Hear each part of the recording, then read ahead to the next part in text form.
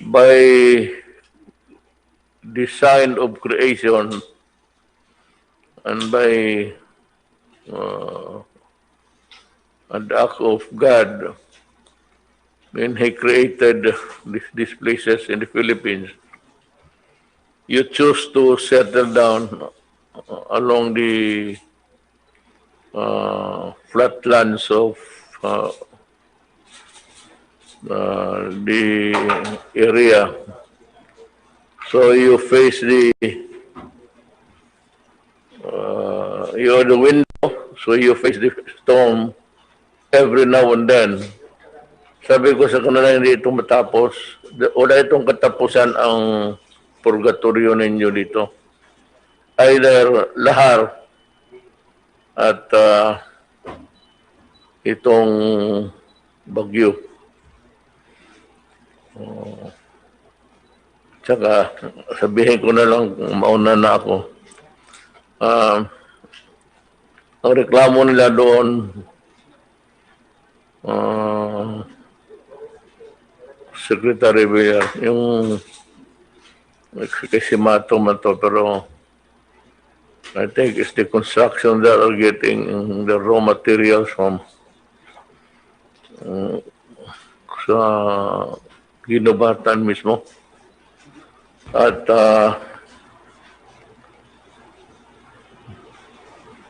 yun, every washout water from the mountains dadalhin talaga doon sa baba. But anyway, sabi ko, we will look into it. I will ask Secretary Villar and Secretary Simato who would have a knowledge about these things kung may magawa sila. Second is the immediate financial and cost assistance na sabi ko doon sa kanila. Kung may paibagay ang gobyerno, I was not sure, sabi ko. I was not categorical in the financial assistance, but sabi ko, pagkain, aabot sa inyo. So, yun lang may report ko sa inyo kasi on the things that transpired during my coming over here. Sinong gustong report na si Secretary Anyo? Go ahead. Magandang gabi po, Mr. President. Ang i-report ko po yung naging paghahanda ng ating mga local government units. As early October 28 po, ay nagpalabas na tayo ng advisory sa mga local chief executives sa probinsya, municipality, cities, at barangays para makapaghanda. Ang mismo mga barangay captain po natin umikot sa mga lugar na tabi ng dagat, tabi ng ilog, at nagbandilyo para po sa preemptive evacuation. Malaki po yung coverage ng bagyo, 10 region, 41 provinces, 51 cities, 613 municipalities, at 12,832 barangays. Ang pinakamalaking tama po talaga ay ang probinsya ng Catanduanes at ng Albay. Sa lahat po ng local chief executives, 1,047, lahat-lahat po sa binanggit kong lugar, 10 lang ang unaccounted natin. So 99% po ay nasa kanilang mga lugar upang mag-supervise. Yung 10 na wala ay na-identify na namin at ito ay aking pagpapaliwanagin. Ang mga local chief executives po ay nakapag-convene ng kanilang mga local NDRRMC upang magtalaga ng Incident Management Center, Search and Rescue Teams, Clearing Operation Teams, Medical Teams, at nagsagawa po ng Preventive Evacuation. Sa kabuuan po ng lahat ng LGUs na banggit ko, 175,479 families, total of 619,544 individuals. Hindi lang po ito sa Bicol, sa pangkalahatan na po ito. Ang ating Philippine National Police naman ay nakapag-deploy ng 2,959 search and rescue personnel. Meron pang 15,892 on standby. At ang Bureau of Fire Protection, mayroon po 1,363 assets and fire trucks at 80 ambulances. Sa ating po mga casualties, ang pinakamarami po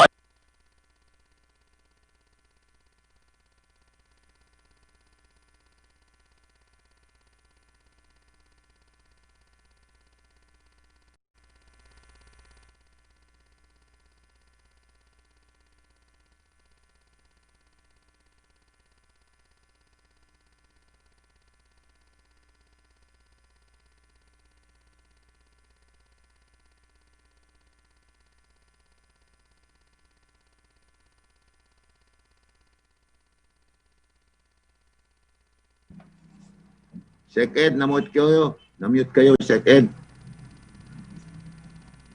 Oh, wala man.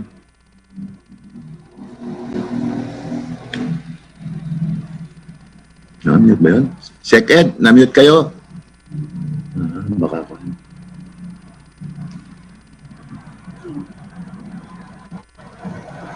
Nakamute siya, sir. Baka minute talaga. Baka may confidential report siya.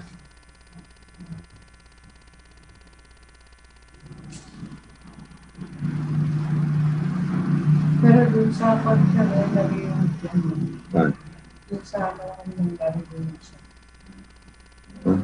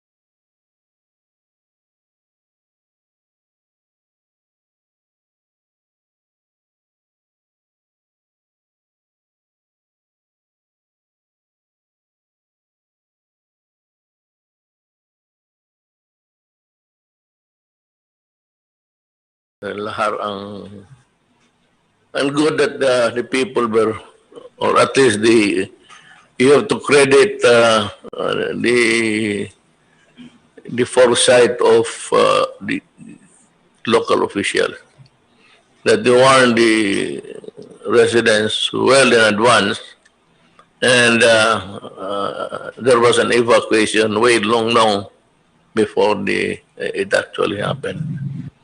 So for that alone, I'd like to thank the officials of Ginobatan. So we'll start with the report. Mag-jack-in-po na lang kayo guys. Sige, DPWH. Magandang gabi po, Mr. President. Una po, bago po dumating yung bagyo, nakapag-deploy na po kami ng mga heavy equipments, nakapag-pre-position na po kami. 776 heavy equipments and vehicles, 518 equipment and 4,900 personnel ang naka-deploy bago po dumating yung bagyo para sa road clearing operations. At as of now, ang remaining closed sections lang po is sa CAR, 3, sa Region 3, isa, sa 4A, 1, sa 5, 9 remaining closed road sections. And meron na po kaming initial cost of damages. Ang malaki talaga po sa Region 5 at sa 4A meron din. Sa roads sa 4A, 900 million, sa bridges 5, at sa flood control 160. So sa Region 4A, almost 1.1 billion. Sa Region 5 po, ang cost of repair for the roads is 558 million. Sa bridges, 452 million. Sa flood control, 1.8 billion.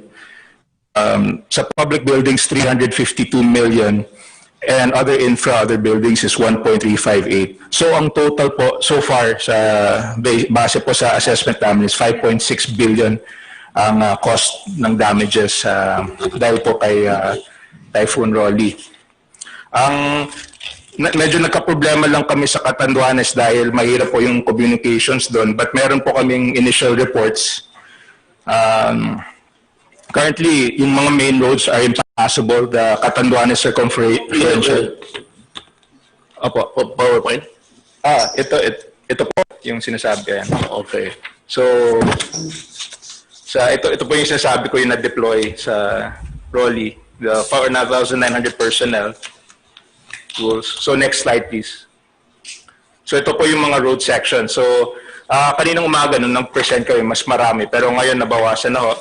The remaining road sections, mostly sa Region 5, which is 9 road sections, due to landslide and also karamihan po yung mga utility poles na nag-collapse. Para ma-clear namin, kailangan din namin ng specialist from the electric cooperative. So doon medyo nade-delay din kami dahil may specialization din sila sa paglipat. Doon yun din na problema namin sa Catanduanes. Medyo limited yung manpower din doon dahil apektado rin yung mga personnel. Pero 24/7 po kami nagtatrabaho para ma-clear kaagad. Next please. Ito po yung binanggit ko po kanina, yung damages. As you can see sir, malaki talaga yung out of the 5.6, malaki po yung sa Region 5, 4.5 billion. Consisting of the roads for 558 million, the bridges 452, flood control yun malaki yun 1.8 billion, at yung mga buildings 1.358, and public buildings 352 million. So next slide. Ito po yung specific areas of yung specific roads na block sa CAR, the Claveria Calanasan Cabugao Road. Ito po yung Talubin Barlig Natonin and yung Baguio Bontoc Road.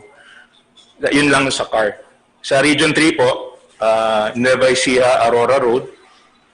Yun. And isa lang sa Region 3, isa lang sa Region 4A. Pero on my latest report, na-clear na po yung Region 4A. So wala nang block road sa Region 4A. Next slide please. Sa Region 5, makikita nyo po dito sa Camarines Sur, itong mga 12 areas, 12 national roads. Yung binanggit ko po kanina, mostly due to utility poles and trees and damage to protection. So, yung Naga City, Carolina, Milaor, Minalabak, and Manggiring, Sibobo, Cagsao Road. Next slide, please. Ito rin sa Camarines Sur, Lagonoy, Caramuan Road, Goa, Tinambak Road, San Rafael, Mampira Road. Partly passable, but still, same issues with the electric poles. And continue.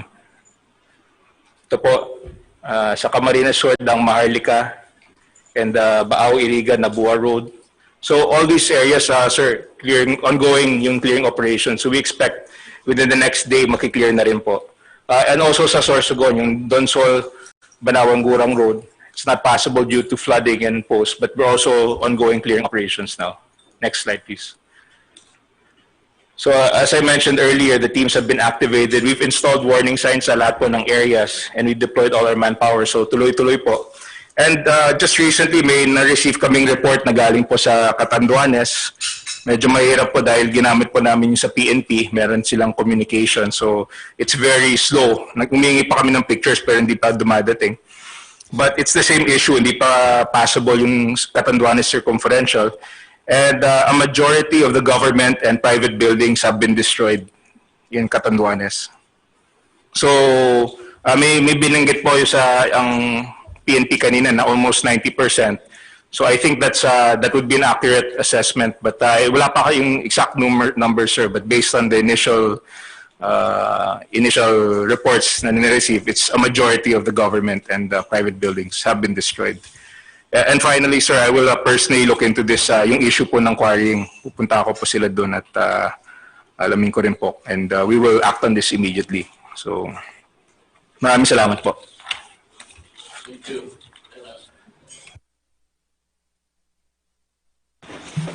Nagsusundang ko. I can read this again tomorrow.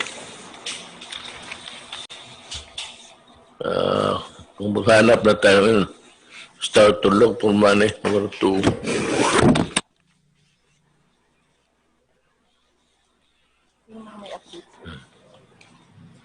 sa ang sunod pag-asa.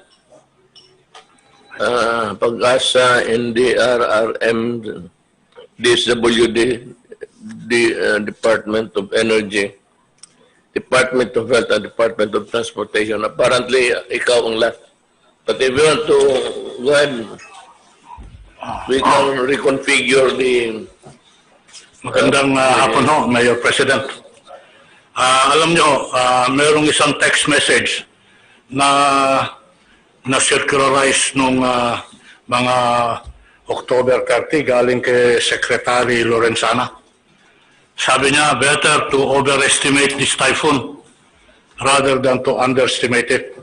Correct. And that served as my battle cry. And sa kadahilanan po nito, Mayor President, sir, naghanda kami. Tinignan namin yung mga asset. Kaya nagkaparoon pa rin kami ng postponement and cancellation of operation in pursuit of this magical statement. And I would like to think, Mayor President, that because of this, nabawasan yung damage at perwisyo na gustong ibigay ni Rolly sa atin. Kaya nga ba't dun sa apat na sektor, sa aviation, sa maritime, sa riles, sa kalsada, naibsan natin yung problema. Kung mamarapatin ko, hayaan niyong magbigay ako ng ibang ehemplo. Halimbawa ho, dito sa aviation, kung hindi ho tayo nag-ingat at we did not take preemptive measures, siguro yung nangyari sa mga airport ay naging matindi. Pero we are happy to report that the damages on the Legazpi Airport, Naga Airport, and Birak are minimal. Karamihan ho, mga ceiling board, saka mga splinter classes. Pangalawa ho, sabihin ko na rin ho, importanteng malaman natin yung isang proyekto natin na kung saan meron tayong ginagawang New Bicol International Airport. Natakot ho ako doon, baka yung mga ginagawa maperwisyo at madamage. I'm happy to report, Mr. President, na yung damage lang, ang damage doon is, again, very minimal, splinter glasses, saka yung quarters ng mga trabador. Other than that, the main structure, both from the passenger terminal to the runway and all the improvements being undertaken, are minimal effect and minimal damages. That it behooves me to say that yung target ko ho sanang matapos yung construction, physical construction sa Bicol International Airport by the end of this year still stands. Also, sinasabi lang ng mga, although sinasabi ng mga contractor kung maaari, gawin ko first quarter ng next year, sabi ko, the deadline is the deadline. Without sacrificing quality and incurring additional costs, the deadline of completing the new Bicol International Airport will be completed on the schedule which we have set, notwithstanding the arrival of Rolly. Alam niyo, Mr. President, speaking of airports, Legazpi, Naga, Birak, as of today, is back to normal operations. Yung Manila International Airport is back to operations since 10 o'clock this morning. Clark International Airport is operational since 7 o'clock this morning. Subic and Sangli is also back to operations. Sabihin ko na rin ho na yung mga ibang paliparan sa ibang lugar ng Pilipinas ay operational ngayon. Maliban lang sa mga ilan-ilan airports na kung saan ang problema hindi naman yung bagyong Rolly, but yung mga pag-comply sa mga requirements ng local government. But we are going there to make it all fully operational. Kung swinerte ho tayo sa paliparan, hindi ho tayo masyadong swinerte sa seaports. Pagkat tinamaan po tayo, Mr. President, sa tatlong port, matindi ho yung tama sa atin dito sa San Andres, Catanduanes, na kung saan nasira yung puerto at to aggravate the situation, meron hong roro na nag-run aground. So hindi ho pwedeng magamit antimano yung San Andres port Port sa Catanduanes. May tama rin ho tayo sa Tabaco Port at Tilduran Albay. Tinamaan ho yung Roro. But I have given instructions not only to determine the cost, but all importantly, to accelerate the repairs and maintenance in order that the connectivity and mobility with Catanduanes, Tabaco, and Albay will be established in the soonest possible time. Doon ho sa Riles, wala ho tayong damage sa LRT1, LRT2, MRT3. Wala ho tayong damage yan. Pero sasabihin ko rin ho, if I may, Mr. Mayor, President, as we speak today, yung MRT3, ang speed ho natin ngayon dyan is 50 kilometers per hour. Nung nag-assume ho tayo, Mr. President, during your term, the speed of MRT3 hovered between 25 kilometers per hour to 28 kilometers per hour. Ngayon ho, starting November, tumatakbo na ho tayo ng 50 kilometers per hour kasi natapos na ho yung paggawa ng mga release ng tren sa MRT. Ang ibig kong sabihin dito, yung headway ho, which before was 9 minutes to 11 minutes, nabawasan. Target ko ho, by December of this year, the kilometers per hour speed of our train shall be 60 kilometers per hour. That will be a record achievement for your administration, Mr. President, kasi naibalik na sa original speed yung MRT3. Ibig sabihin, kung mapapaiksi yung speedway, mapaparami yung sasakyan kasi yung turnaround mapapabilis. Wala akong damage sa Riles. Doon sa kalsada, today, pinadagdagan ng LTFRB yung mga ruta at mga PUJs na bumabagtas at tumatakbo sa ating mga kalsada sa Metro Manila. I'm happy to say, Mr. President, that as we speak today, yung public utility vehicle has increased. Tumatama na ho tayo more than 72%, notwithstanding the pandemic and COVID-19. We are continuously improving on this. This morning as of 5 o'clock, yung EDSA busway, yung may dedicated lane, nag-umpisa huling maging operational by 5 o'clock this morning. Yun lang po, Mr. President, in summation, are the developments in the transportation sector in relation to Rolly. Ngayon ho, may bagong bagyong pumapasok, si Bagyong Shoni. Sabi ni Secretary Lorenzana, it's better to overestimate than underestimate. We are doing the same template insofar as Typhoon Shoni is concerned. But it is not as powerful as Rolly. Itong but still it will cause damage sa daan niya. The roads and the bridges ang unang tama niya. Might pass north of Cagayan. It might pass north of Cagayan between Batanes and Cagayan, Mr. President. So we are hoping that it will really hit that area. So who's going to report next? Good, sir. Go ahead. Thank you, I'm Mr. sorry, but no more handsome guy to God is nagsalita na kaagad pag nagsisi ang isa, he commenced to talk, so hindi tayo magawa.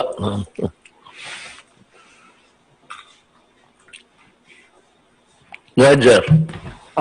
Good afternoon, magandang hapon po, Mr. President at Senator Bong and mga kapwa ko membro ng kabinete. Hayaan muna ninyong iulat ko po ang mga pinakahuling mga kaalaman patungkol po sa pagtugon ng inyo pong DOH sa bagyong Rolly. Para po sa ating alert levels as of 3 p.m. Today, nanatili po ang Code Blue sa DOH Central Office at NCR habang nakataas na rin ang Code Blue sa Region 4A or Calabarzon. Ang Bicol Region ay nanatili nasa Code Red, Ibig sabihin po ng Code Red, lahat po ng ating mga opisyal, mga empleyado ng CHD region at ang mga hospital personnel and staff ay atin pong pinapasok. Basta of course, ligtas naman sila sa pagpunta sa kanilang mga pasilidad. Ito pong susunod naman, ang DOH Central Office at Centers for Health Development ay nagsagawa ng mga sumusunod. Nagbigay ng advisories. Can we have the next slide? Yeah, okay, thank you. Nagbigay po ng advisories sa mga regions that will be affected by the typhoon para sa kanilang guidance. At tayo rin po ay nag-conduct ng assessment ng mga temporary treatment and monitoring facilities upang matukoy kung kailangan mag-transfer ng patients and staff. Nag-alerto rin po tayo sa mga ospital upang masiguro na may sapat na generator sets, communication equipment, at mga critical life-saving equipment. Namamahagi ng assorted medicines and commodities, kasama po ang mga personal protective equipment at ang mga ibang COVID-19 related supplies sa mga apektadong lalawigan through the provincial health offices. Sinigurado din po natin na ang mga health emergency response teams ay available and ready for deployment.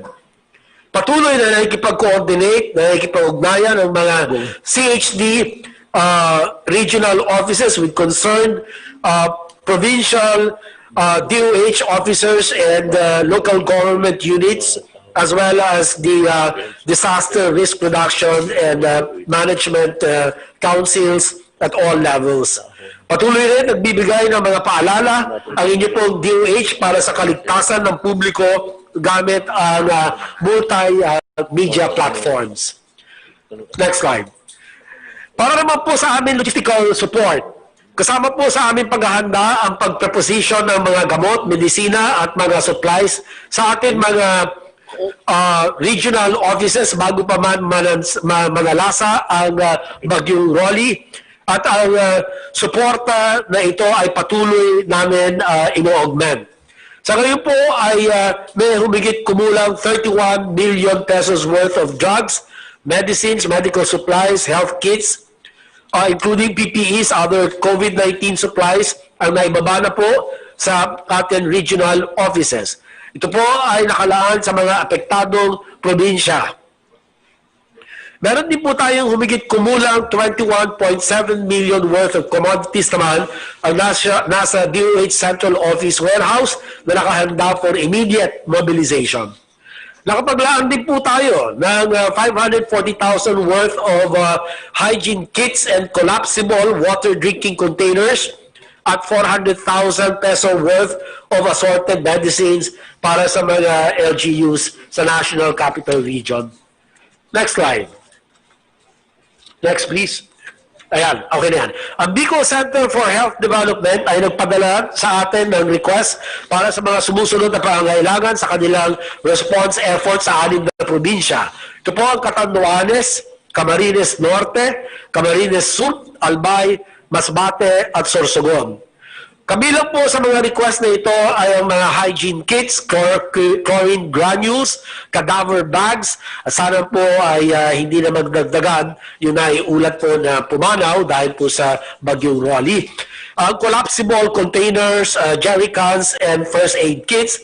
Kasalukuyan pong piniprepare ng DOH ang mga request na ito. Para sa 5 probinsya ng Camarines Norte, Camarines Sur, Albay, Sorsogon, Masbate, tayo po ay magpapadala at ng mga 7,500 hygiene kits, at least 20 barrels of chlorine granules, 500 cadaver bags, 7,500 jerrycans, and 1,000 first aid kits. At para sa Catanduanes, the same items po ang kailangan nila, but we are still coordinating for the initial estimates.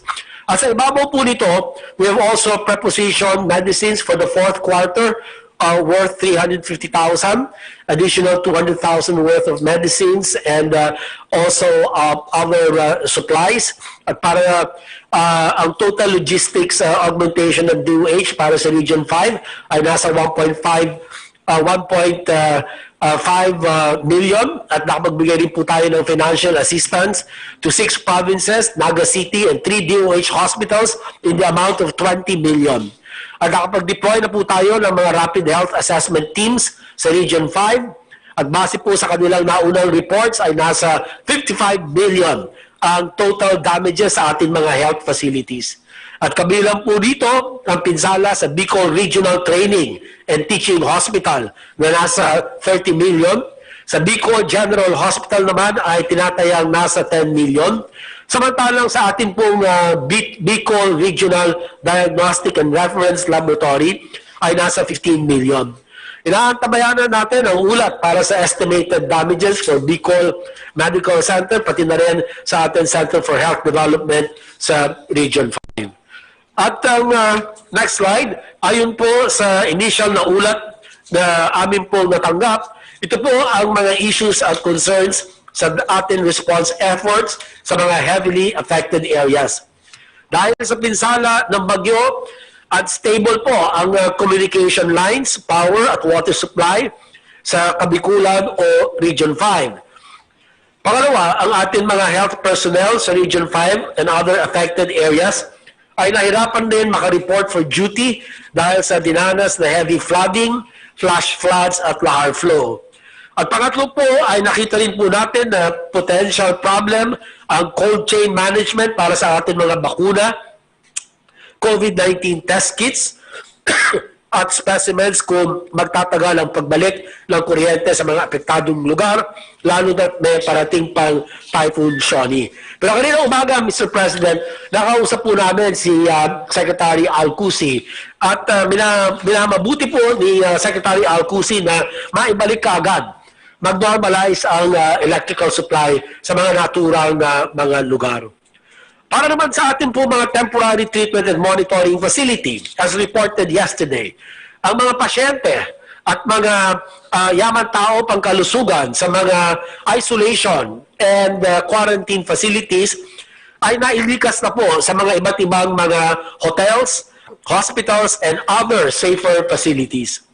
Para sa 5 mega TTMFs or isolation quarantine facilities, ito po yung Ninoy Aquino Stadium, Rizal Memorial Stadium, Philinvest Tent, PICC at Philippine Arena.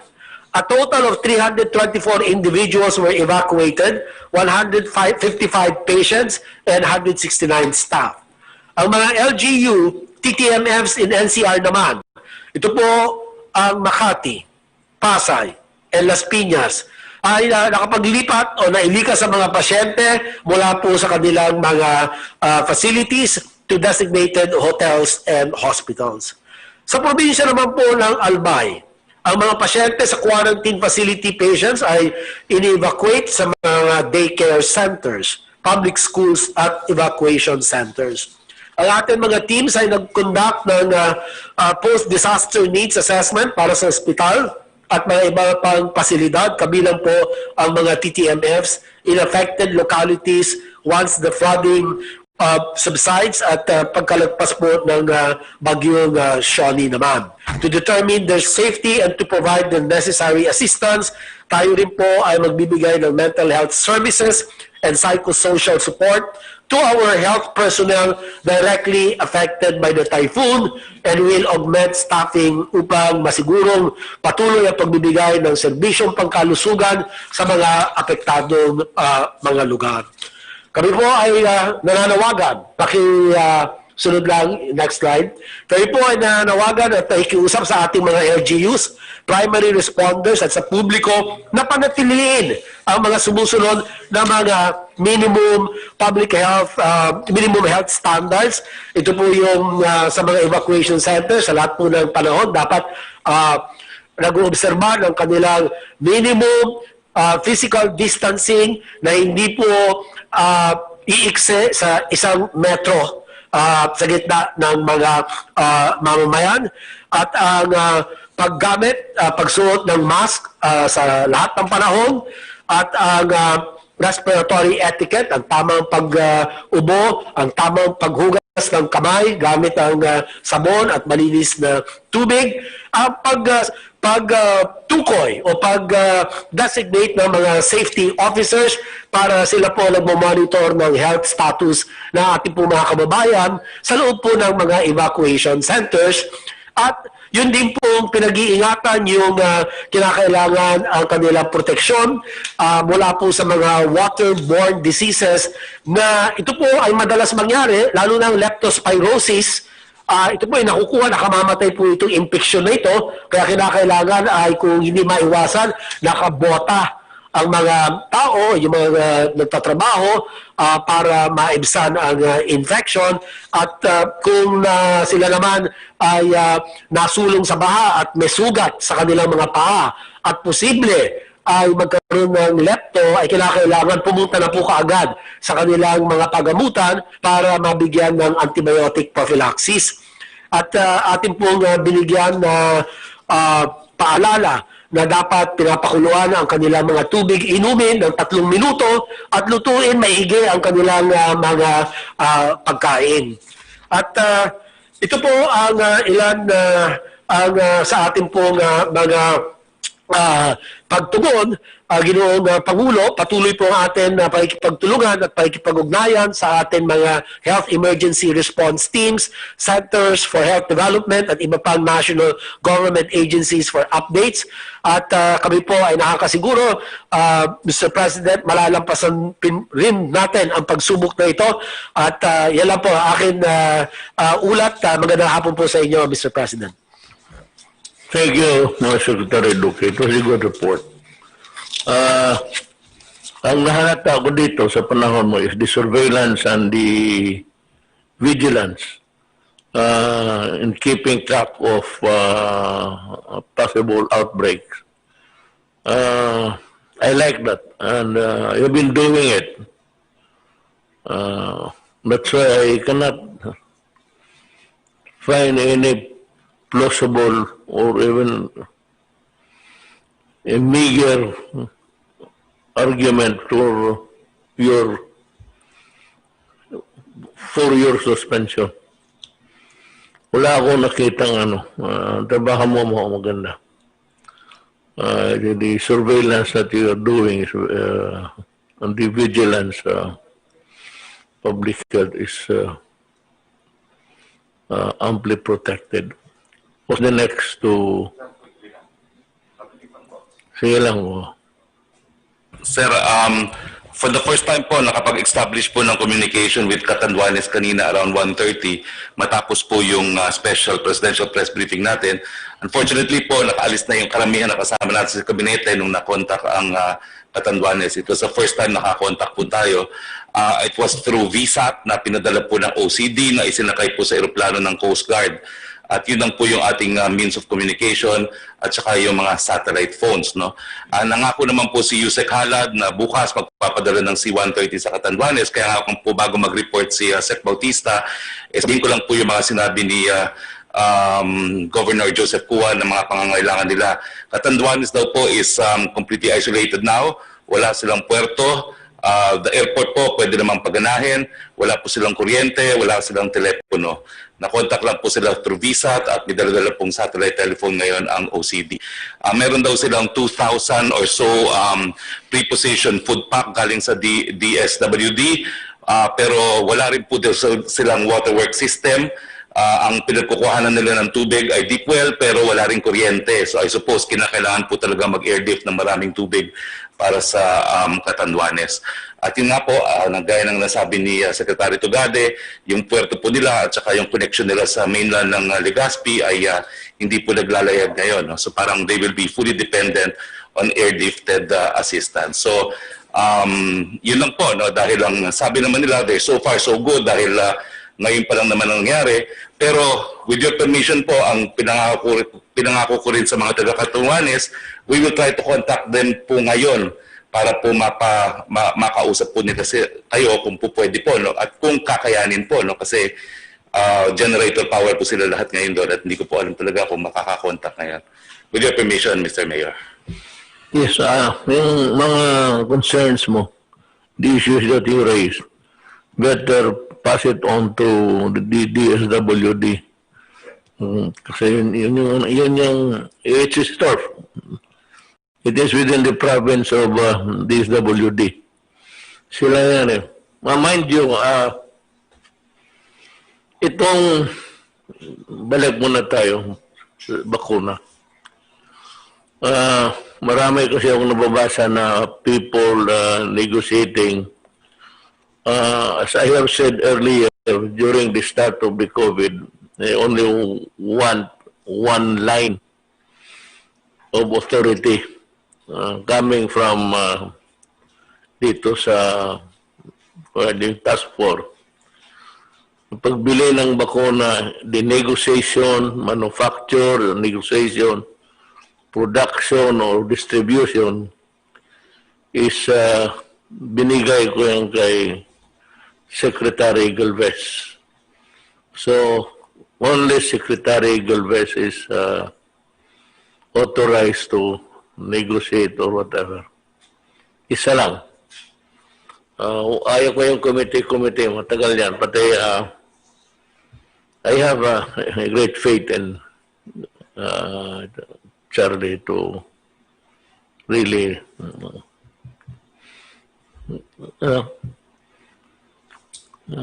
come up with the solutions of the problem. Who's next?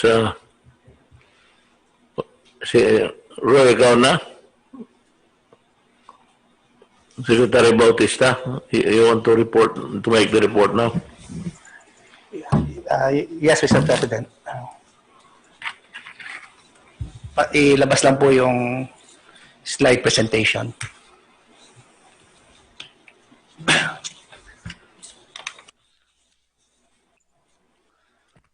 Mr. President, other members of the Cabinet, magandang gabi po sa inyong lahat. Next slide, please. Okay, so we proceed first to the situation depicted on the slides. Next slide, please. Are the 8 regions who were directly affected by the pathway of the typhoon. So there are 2,280 affected barangays with 150,982 affected families with 596,660 affected individuals. So apparently, the focus of the DSWD are the regions directly affected by the typhoon.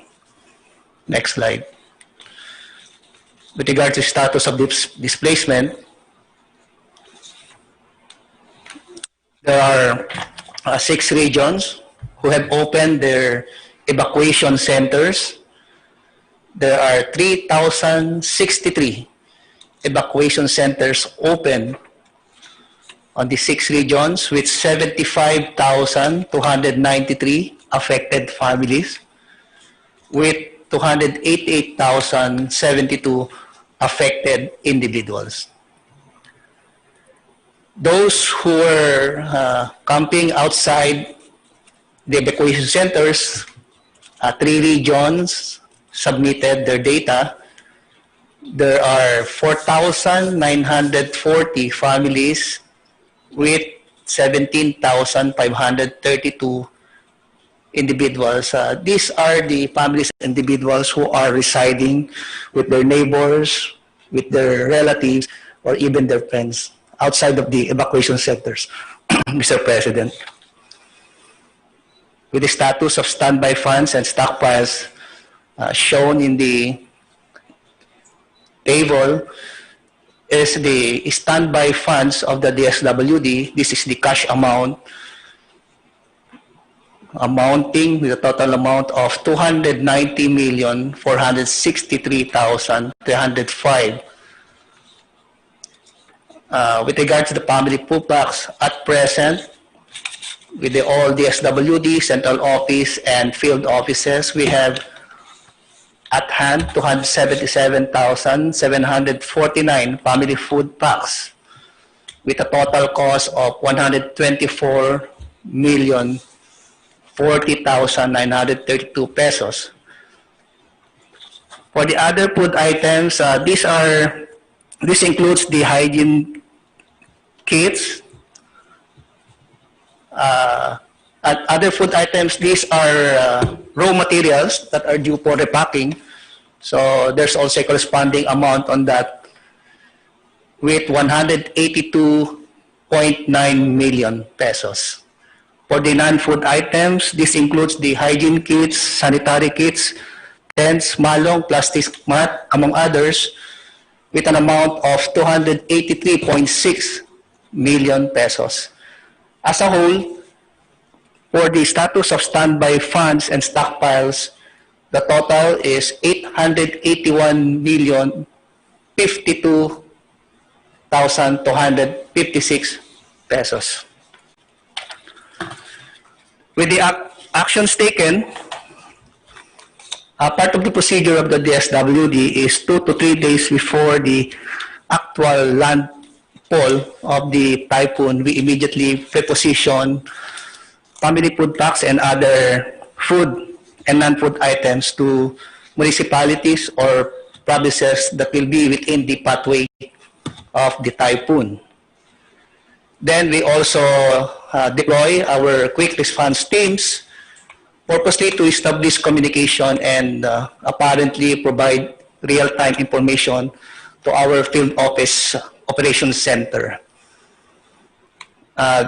We also have the continuous coordination with the Regional Disaster Risk Reduction and Management Council through virtual meeting for real-time updating and immediate response. That concept is very relevant and very timely because the OCD in a certain region can immediately call or convene a virtual meeting if there are needs that should be attended to by a concerned agency. On our ways forward, continue to provide family food packs and non-food items.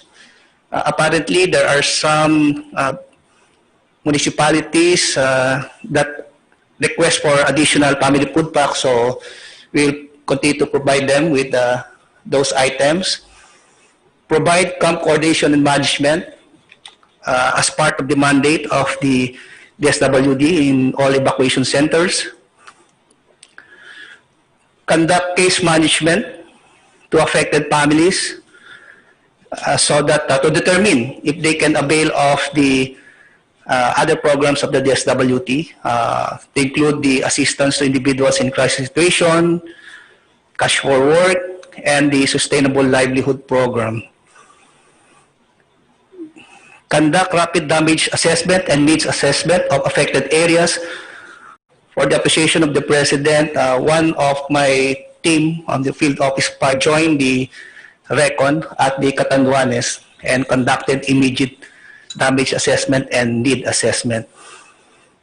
As a result of which, as mentioned by our spokesperson, Secretary Hari, there will be 2 flights that will be allocated to Catanduanes, bringing therein family food packs and other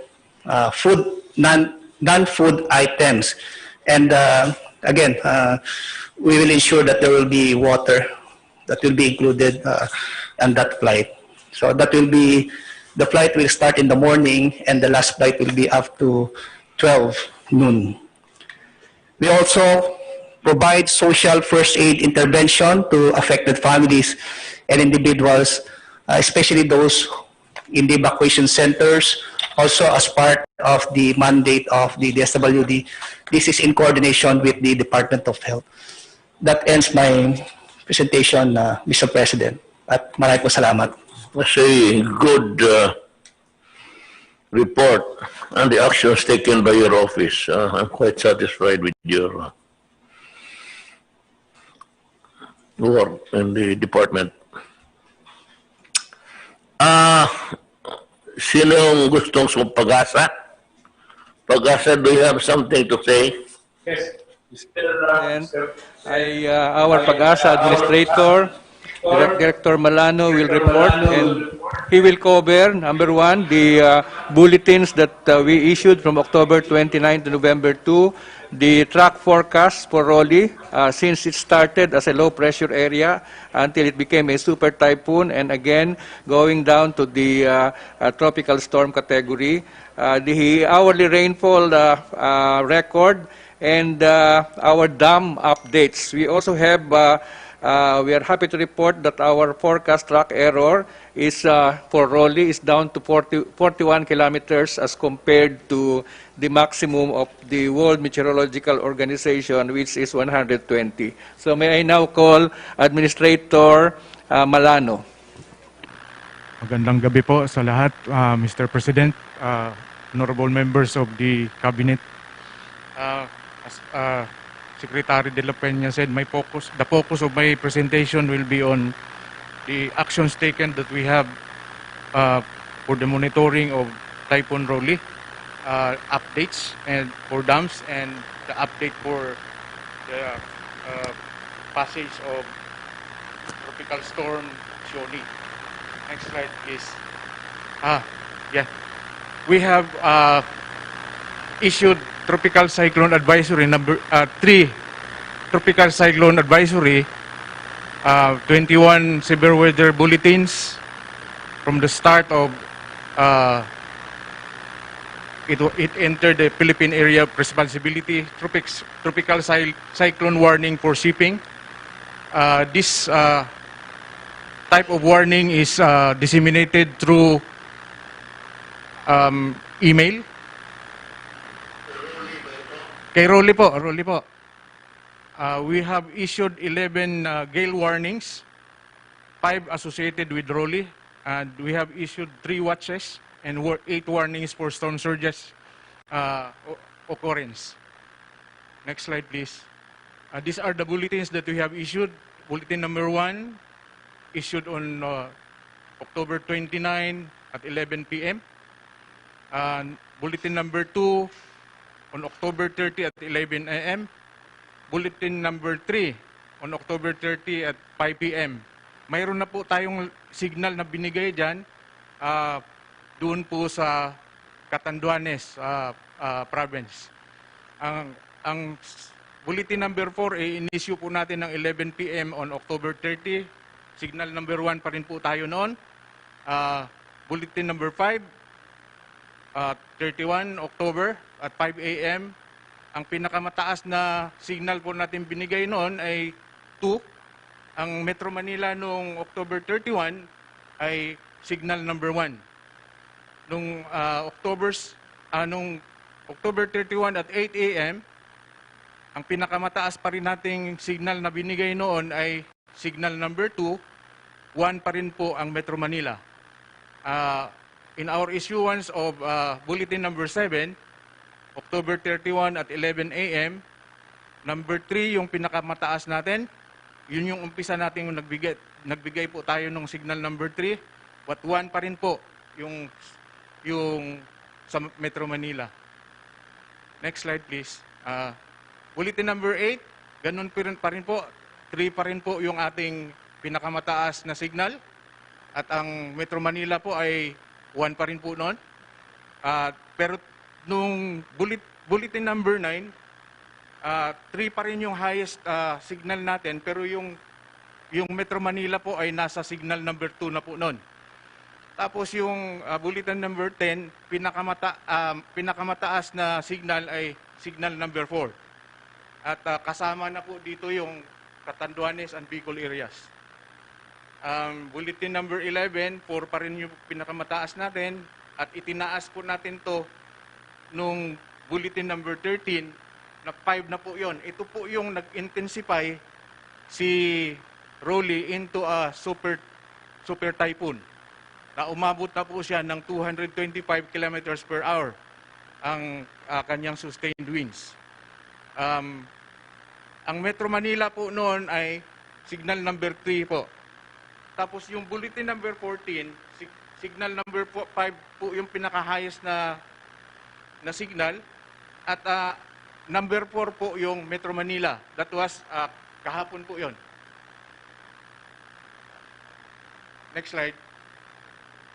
Tapos bulletin number 15, na nag-weekend ng konti yung ating binabantayang Typhoon Rolly.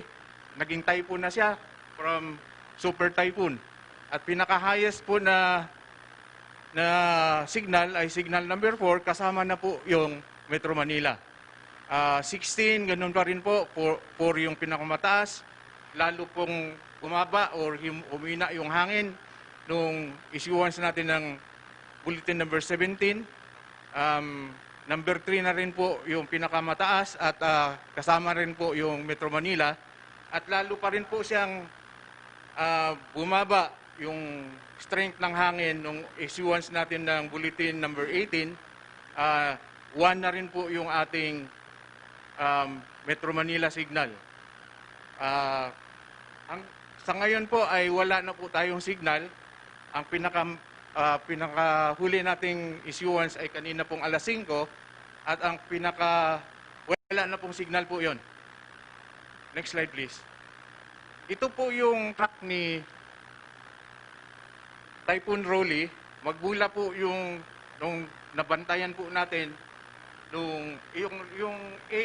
yung letra po diyan ay kung kailan tayo nag-issue ng advisories ng bulletin. Advisories at bulletin. Yung letter A ay depression pa rin siya at depression pa lang siya na noon pa pong October 27 po natin nakikita. At doon po nagbigay na tayo ng initial advisory, pero yung letter D po nakapasok na po siya noon at doon po tayo nag-umpisa na magbigay ng bulletin. Hanggang sa palapit yung bagyo at gaya nung sinabi ko kanina at pinakamataas nga na signal ng ating binigay ay yung signal number 5 dahil po umabot sa super typhoon yung kanyang strength ng hangin. Ang bagyong si Rolly po ay inaasahang lalabas po bukas ng madaling araw po. Yun yung huling yung dito sa Philippine area. Lalabas po siya sa Philippine Area of Responsibility. Ito po yung nasa kaliwang bilog, pangalawang bilog mula sa kaliwa. Between 3 to 5 a.m. po ng umaga. Next slide please. Ito po yung kung kailan po natin naibigay yung advisories and bulletin po. Next slide. Hanggang sa letter S.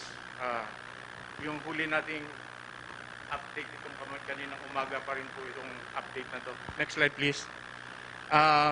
Ano pa po yung ating ginawa? We attended meetings and press conferences during Rolly. Ang Pag-asa po ay nag-conduct po ng press conference through live presentation through Facebook and Zoom. Dalawa po yung kinandak po natin nung yung huli po yung kinandak natin nung Sabado ng hapon. At we also attended 4 meetings with OCD NDRRMC through a virtual meeting po. Mayroon din po tayong live press briefing na ginagana po every 6 hours at nakatala po tayo ng 13 or naka-update po na tayo through press briefing ng 13 press briefing po doon po sa Pag-asa through Facebook and YouTube. Next slide please. Ito po yung ating nakikitang mga matataas na ulan or heavy rains na natala during the passage of Typhoon Rolly.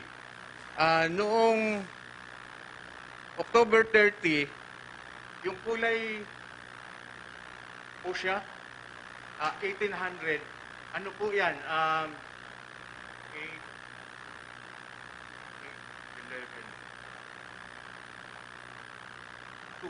2 o'clock po ng umaga po yan ng October 30. umabot po siya ng 88. Ang significance po niyan is intense po yung ulan na yan dahil in 3 hours lang po yan. Doon sa pinakamataas, yung El Salvador City, doon sa Misamis Oriental. Noong pong alas 2 ng hapon, doon sa Tugigaraw, nakatala din po tayo ng 48. In 3 hours lang din po yan. Sa Apari po, 42. In 3 hours, doon po, alas 11 po ng umaga yan. Next slide.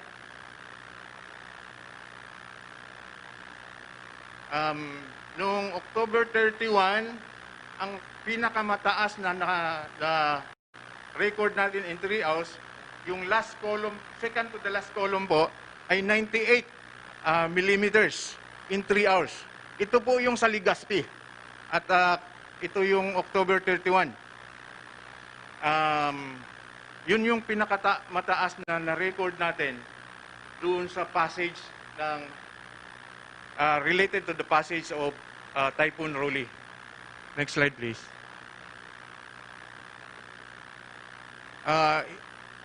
Nung November 1, ito yun, yung alas 11 ng umagang record natin, from 8 to 11 ng umaga po ito.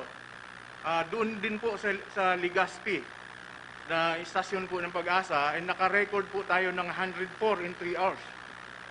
So, intense po, torrential na po yan, yung ano natin ng ulan na yan. More than 30 millimeters in an hour. Next slide, please.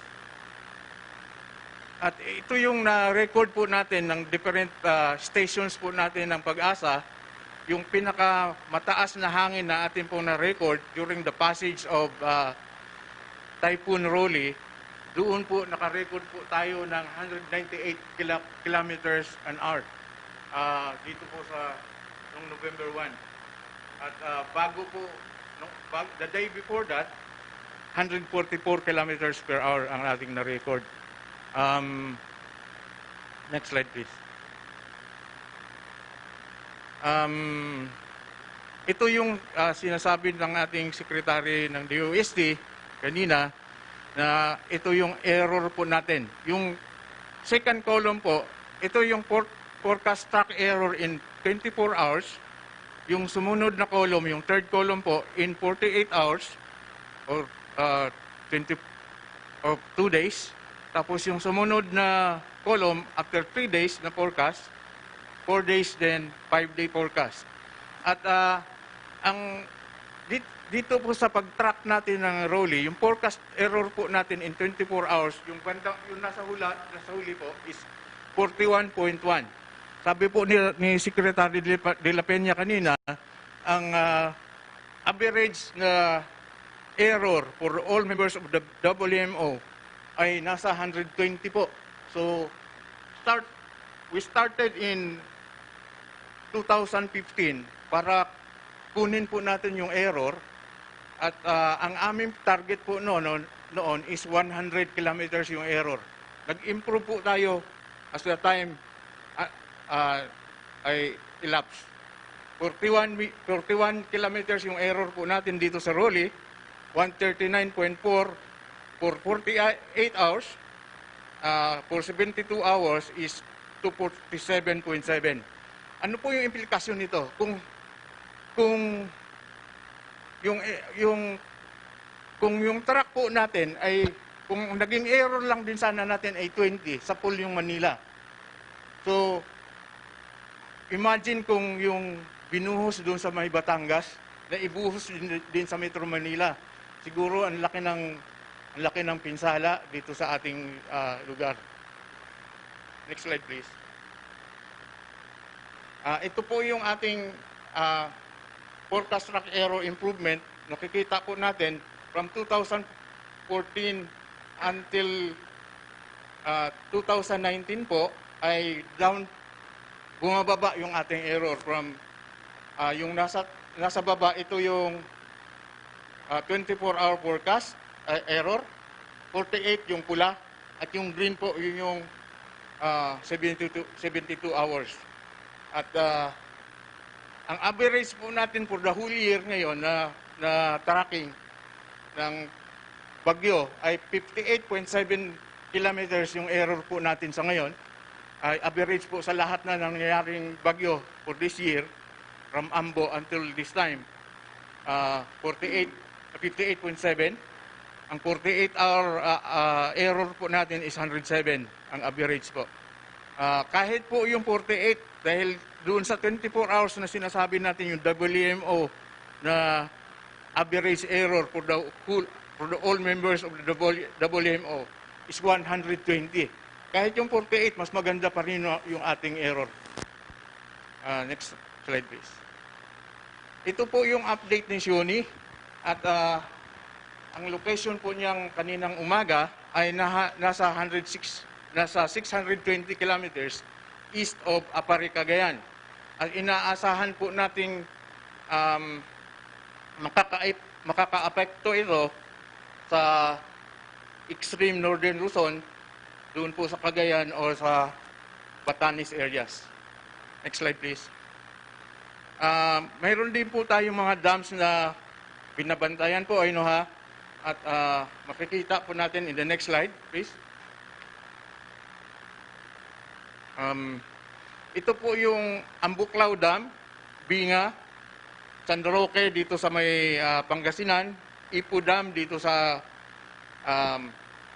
Norsagaray, La Mesa Dam dito lang po sa may Quezon City. Dito sa bandang kanan po, yung Magat Dam, Pantabangan Dam, Angat, dito sa Angat. Yung Kaliraya po dito sa Laguna o Rizal. Next slide please. So, ano po yung nangyari during the passage of Typhoon Rolly? Yung ating elevation ng dam, yung reservoir elevation ng dam ay 201.78. Nag-increase from yesterday compared with this morning kasi every 6 a.m. kinukuha po yan. Nag-increase po siya ng 1.1 meters at yung water level deviation, yung pangatlong column po, yung 1.1 meters ang kanyang increase. Although ang normal high water level ay 210 at inaasahan po natin pagdating ng November, last week ng November or towards December, ay aabutin po yung normal high water level at the rate the level of dam is increasing dun sa Angat. Makikita po natin yung rule curve, yung pang 1, 2, 3, 4, 5, 6. Yung ibig sabihin po ng rule curve elevation is pag inabot po yung rule curve elevation, lahat po ng gumagamit ng tubig doon sa dam ay binibigyan po ng tubig. Unang-una po, ang priority po niyan is domestic for Angat. At ang second priority po dito is yung agriculture.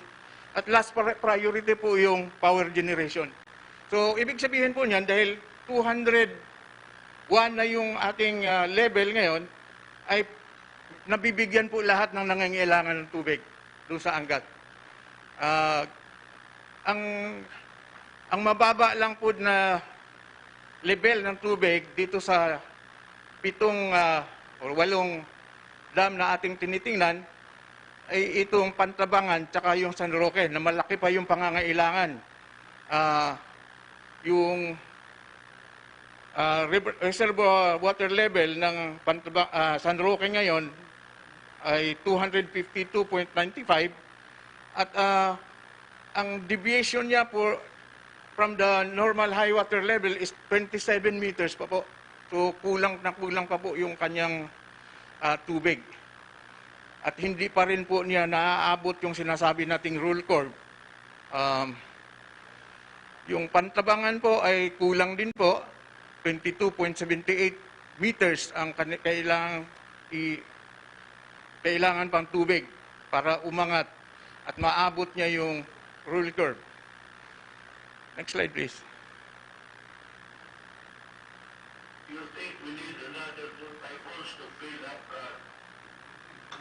Kaya, 2 typhoons, baka 3 pa po.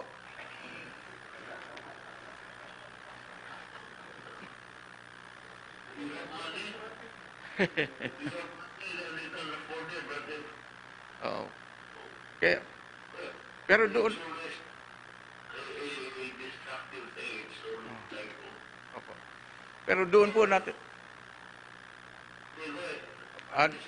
doon po natin nakikita kung gaano ka-importansya din yung bagyo sa atin. Kasi pag walang bagyo, wala din talagang tubig yung ating mga dams.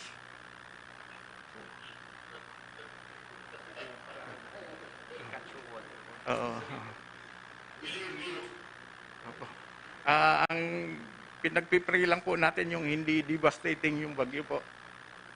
Yung magagamit lang po natin yung ng husto yung tubig nanggagaling po sa bagyo.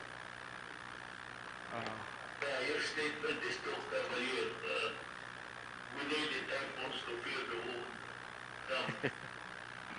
Well, listen, a cavalier statement, but totoo. I agree with you. Listening to Brian. Sige po. Ito rin po yung ating mga bulletins related to sa pagbabaha sa different regions na ating pong for all the regions for the whole Philippines. Ito yung mga nabigyan po natin ng bulletins, Pampanga, Agno, Bicol, Cagayan River Basins.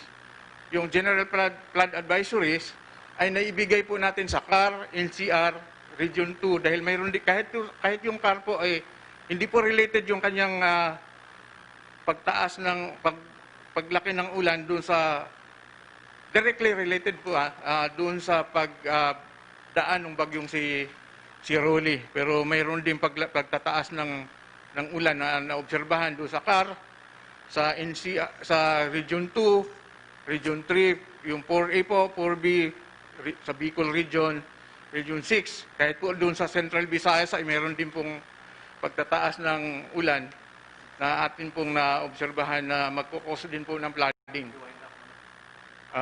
Yun lang po at I have one question for you. po. Who determines what name the typhoon would bear?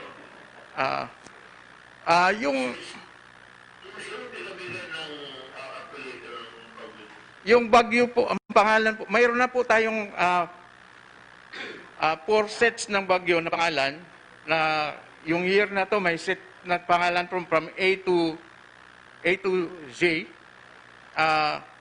Next year mayroon din po from A to Z. Pero mayroon po tayong reserve po pag lumagpas po siya ng 25 tropical cyclone that will affect during the year. Meron din tayo mga reserve names. Doon po sa sa international name, nagbibigay din po tayo ng pangalan, nag-contribute din po tayo, at ang nagbibigay ng pangalan pag may bagyong dadaan ay yung regional center ng dito sa lugar natin, West North Pacific, yung Japan po. Mayroon na nga po nagtanong kung bakit kailangan pa nating magbigay ng local name. Ang sa atin po kasi, apo, International name to the typhoon. It's always adopted almost everybody. Tayo, we have our own. So every typhoon that comes in, we baptize him for there. So sino ang tao na bibigay ng pangalan ng tatanong ko sa'yo? actually po mayroong ginawa na po yan ng nauna po sa amin na nagbigay ng mga contribution kung ano-ano yung mga pangalan. Yung pong sinasabi ko po kasi, dalawa nga yung pangalan pag pumasok ng sa Philippine Area of Responsibility. Kaya hindi po namin mawawala yung local name dahil yung depression po, yung kategorya po ng bagyo na pinakamababa, tayo lang po yung halos ang naaapektuhan noon Kaya yung ibang bansa, hindi po sila nagbibigay ng pangalan. Yun yung ano po namin. Dahil pagka hindi po kami magbibigay ng pangalan, ay hindi rin po magbibigay yung International Center ng nasa Tokyo dahil depression lang po yun. Kaya pinapatuloy po natin yung local name dahil tayo lang po yung nagbibigay ng mga pangalan pag yung pinaka-lowest category po ng bagyo, yung tropical depression. Let us limit our concern dito sa ating division. So, if I may add something, pwede na yung idarkad ang pangalan ni Arturo pati naman. Ako sa siruli. Actually po, pagka yung devastating yung bagyo ay tinatanggal po natin yung pangalan, pagka halimbawa umaabot na sa billion yung kanyang devastation at yung marami pong namatay, ay tinatanggal po natin. Kung halimbawa, letter R ngayon po, pagka umabot po siya doon sa 1 billion yung kanyang na damage, aalisin po natin, pero pinapalitan po rin natin ng letter R lang din po ang umpisa ng pangalan. Marami doon. Well, anyway, salamat. Ito si good presentation. Maraming salamat po. Long but educational. Because that's the PowerPoint to guide us. Sinong sunod? Anybody here would like to talk? Pwedeng DA po, Department of Agriculture, Mr. President. Right. Can we have please the slide from NDRRMC, please? Okay, sir. Yeah, Mr. President, ito po yung updates po tungkol sa Typhoon Rolly. At tatlong parte po itong report po namin. Next slide, please. Ito, damages and losses, Mr. President. Then yung na-save natin sa production as a result of the early warning system. At yung third part is the interventions po, Mr. President.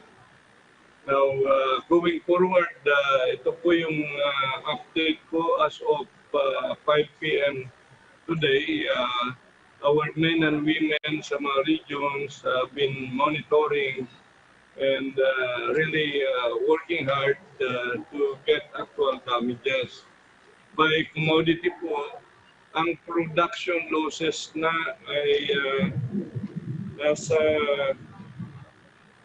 1.7 billion pesos na po. If that would include infrastructure damages, Mr. President. Ang karamihan po dito, next slide, will give you a good indication. Sa next slide, ito po ang palay po, 68%, followed by high-value crops, 28%, then mais ay 3%.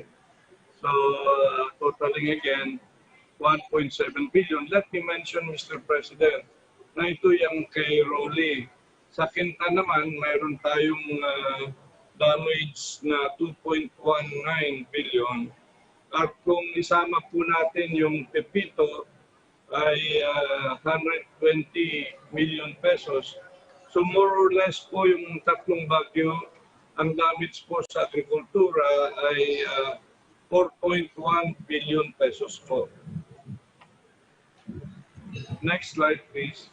So with the Pag-asa advisory that we are also depending on from time to time, Mr. President, meron kaming early advisories na binibigay sa mga iba't ibang probinsya through our regional field offices.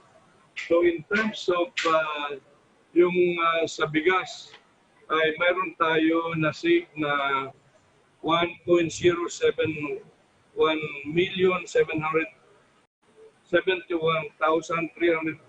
metric tons. Sa mais ay may na-save tayo na 45,703 metric tons. Ang value po nitong palay na na-save po ay 16.9 billion at sa mais po ay 579 million. So maganda po itong early warning system at ito po ay na-save natin. Next slide please. In terms of the saved rice areas with volume and value, ito po karamihan ay talagang nakuha natin sa iba't ibang region. Number one po dyan ay ito po gawa ang forecast dati malawak yung pagsalanta ng bagyong Ronnie pero na-minimize po sa ibang area. So next slide will indicate also the corn that have been saved. So almost 600 million po ang na-save. Now, ano po yung ginagawa at response activities na ginagawa po ng kagawaran ng pagsasaka? Una, we activated yung national and regional disaster risk reduction operation centers.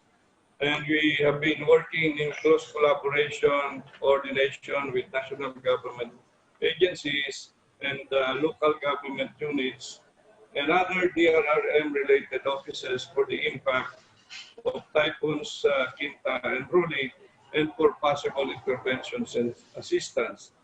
We also closely coordinated with water management-related agencies for flood risk monitoring and dam water releases. The next slide would indicate that we have been closely monitoring the typhoon and the extent of damage it would cause to the agriculture and fisheries sector. And we are readying the provision of seeds for rice, corn, drugs, and biologics for livestock and poultry, and fishery inputs for fisheries po. The next slide, ito po yung next slide will give you the seed reserves na handang-handa pag rehabilitation na po. Sa rice, 133,326 bags of palay. Sa corn, ready na rin yung 17,545 bags of corn. Vegetables, almost 2,000 kilograms of assorted vegetables. And assorted fruit trees, ay mayroon tayo naka-focus sa Mimarupa 440,000 seedlings. At ganun din sa livestock po, iba't ibang mga animals from chicken to ducks, swine, goats, sheep, and cattle. And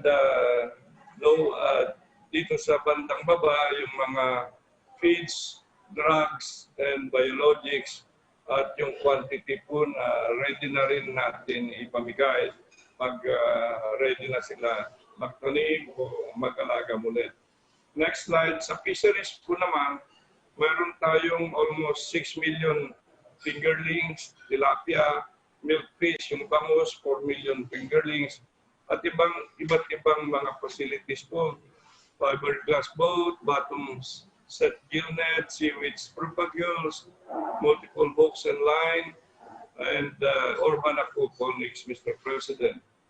Now, ito yung available resources din ng ACPC, which is under DA, yung Agricultural Credit Policy Council. Mayroon tayong 300 million pesos under the Sure Aid Program for farmers and fisher folk, wherein a loan of up to 25,000 will be provided with zero interest and no collateral and payable in 10 years. Now, the 25,000 is broken down to 5,000 for emergency and 20,000 for recovery. Another thing, Mr. President, itong we have 1 billion for indemnification funding, which is available coming from the Philippine Crop Insurance Corporation to pay for the losses incurred. So, ang isang farmer, depende dun sa size ng farm niya, ay mabibigyan ng 10,000 lowest to a high of 15,000 per farmer. Now, we would like also to mention the National Food Authority have already issued more than 4,000 bags dito sa iba't ibang probinsya, kagaya ng Marinduque, Albay, Camarines Norte, Catanduanes, Sorsogon, and Cavite for relief operations. At ang operation center po ng NFA ay mayroon silang 24/7 operations po. So nakatutok po sila para dun sa withdrawals by the LGUs. And we still have out of a balance from the quick response fund of 400 million pesos, Mr. President, na ibibigay rin natin for these various provisions, production inputs for crops, livestock and poultry and fisheries, repair of production, post-production and small-scale irrigation facilities, and provision of other assistance in the form of cash or culled live animals. So ito po talagang ang mga kawani ng kagawaran ng pagsasaka ay nandiyan nagsiservisyo sa ating mga mamamayan. Maraming salamat po, Madam Presidente. Thank you, Secretary. Anybody else? Meron pa? Yes. Mr. President, I am Undersecretary Halad, and I would like to brief the President on the reports from the National Disaster Risk Reduction and Management Council. But I see the face of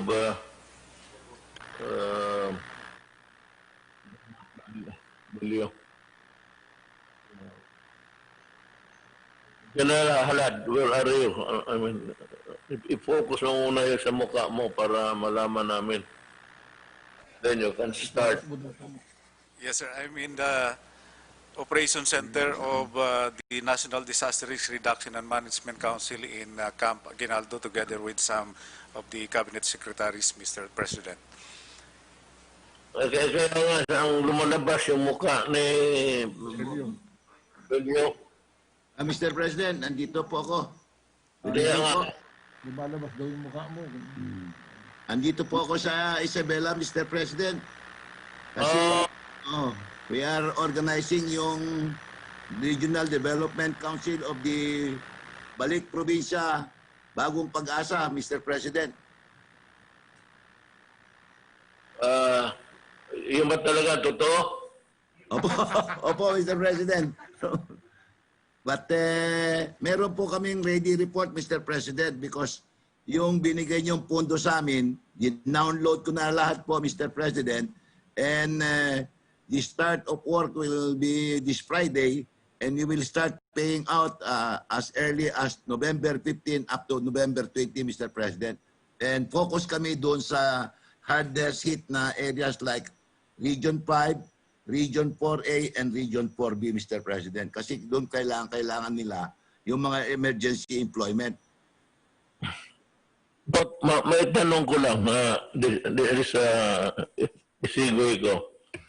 Yung assistant, I give you so many billions to give to the workers by way of assistance. Have you started to deliver it to the beneficiaries? Yes, Mr. President. Ang payout namin will be at the latest November 15, Mr. President. Including yung binigay nyo pong 1 billion sa CHED na para sa mga anak ng mga displaced overseas workers. We were able to enter into a memorandum of agreement with CHED.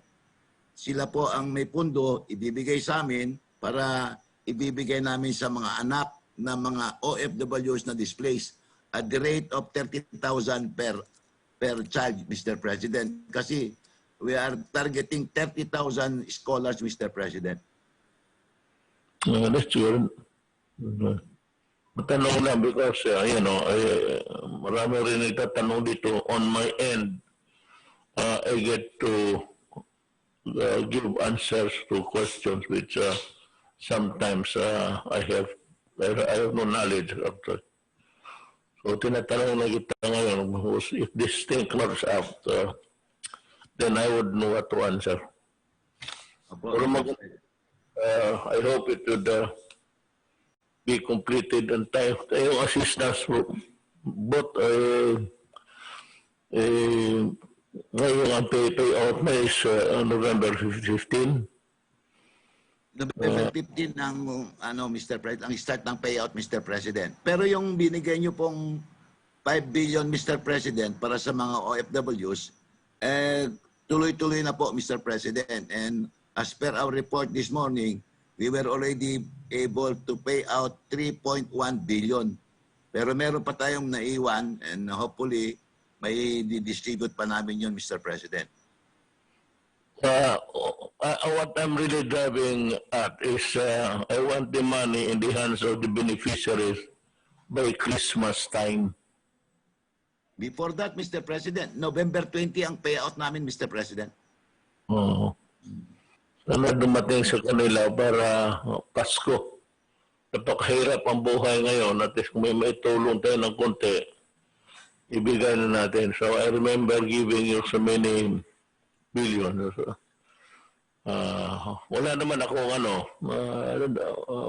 wala akong masabi except that it should reach to the hands of the beneficiaries by Christmas time at least. December, may panggastos sa mga tao. Yun lang naman. Opo, Mr. President, we will make sure na they get their benefits at the latest, Mr. President, November 20. But, alam mo, I do not want to offend you. Opo. Pero hindi ikaw ang dapat dito si Halad. So, the earlier you disappear from the screen, the better. Kasi si Halad naghihintay na. Ganun ba, Mr. President? Akala ko ako tinawag niyo, Mr. President. Sorry po. Yusek Halad. Hindi mo ako panahon.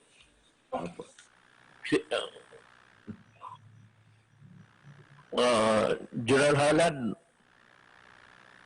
Good evening, Mr. President, as well as to our cabinet secretaries and other officials. I will brief on the monitored effects of Super Typhoon Rolly, our preparedness and disaster response operations. Some of what I will be presenting were already explained in detail by our cabinet secretaries who spoke earlier.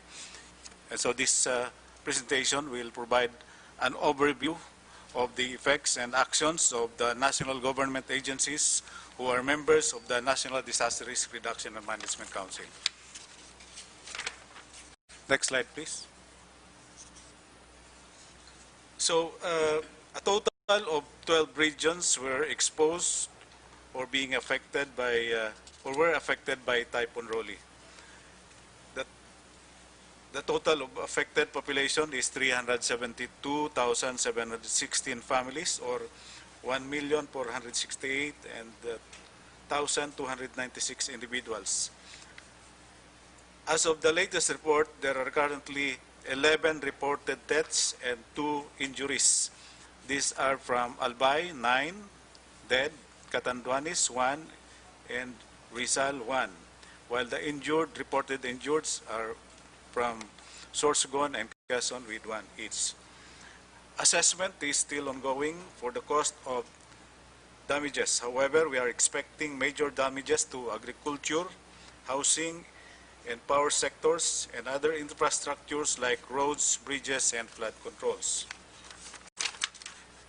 Other effects monitored are as shown. A total of 19 road sections and 4 bridges were affected by flooding, landslide, and uprooted trees and fallen utility posts in Region 2, 3, Calabarzon, Region 5, and Cordillera. 114 cities, municipalities and cities in Region 5 are now experiencing water interruption, supply of water interruption, of supply of water. Around 46 municipalities and cities in regions Calabarzon, Mimaropa, and Region 5 have experienced communications network interruption, and also 147 municipalities and cities in regions Calabarzon, Mimaropa, 5, and 8 are experiencing water interruption or outages. Here is a short video showing the flooding incident in Uwas Albay.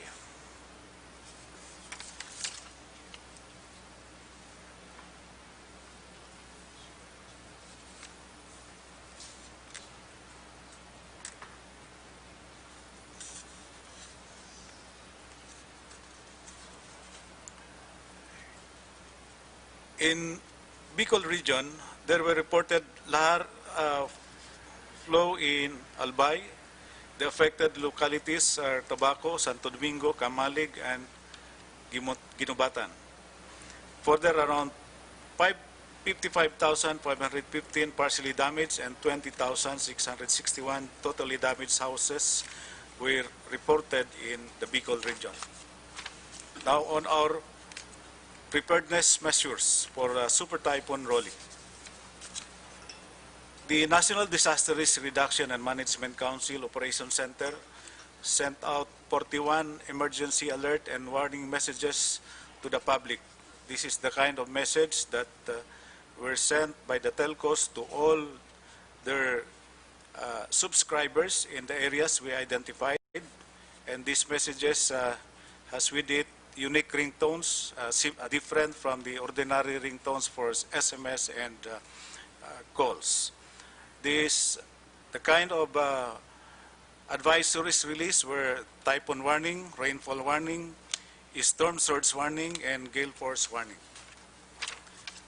We also conducted pre-disaster risk assessment meetings and emergency meetings attended by Pag-asa, who brief us on the update on the typhoon, as well as the other agencies that are involved in disaster response operations and preparedness.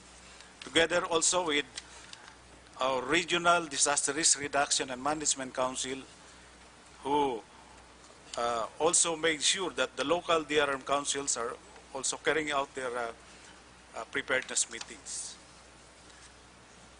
We activated a physical and virtual emergency operation center in the NDRRMC and the Regional Disaster Risk Reduction and Management Councils affected by Super Typhoon Rolly. And now just briefly on the preparedness measures of the different agencies. The ILG issued the activation of operations listo, which highlights the preemptive evacuation that has to be conducted by the local government units. And on our response efforts, the Philippine Coast Guard assisted in the deployment of some of our personnel in Catanduanes. They also provided support to stranded individuals. The Bureau of Fire Protection provided rescue support to various affected local government units. DSWD is supplying the affected population with family food packs, and we are coordinating for the dispatch of a C-130 flight tomorrow to deliver additional family food packs for the Bicol region. DepEd reported the use of 1,077 schools with 5,404 classrooms as evacuation centers in Region 1, 2, 3, Calabarzon, Mimaropa, 5, 8, and the NCR region. The PNP placed on standby 18,905 personnel for search and rescue, as well as providing security in evacuation centers and making sure the law and order is maintained. The Department of Energy activated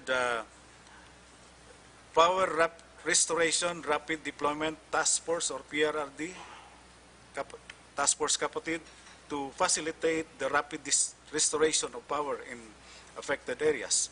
Currently, situation assessment and coordination are being undertaken in order for the DOE to facilitate the deployment of teams under the task force who are composed mostly of personnel from unaffected electric cooperatives.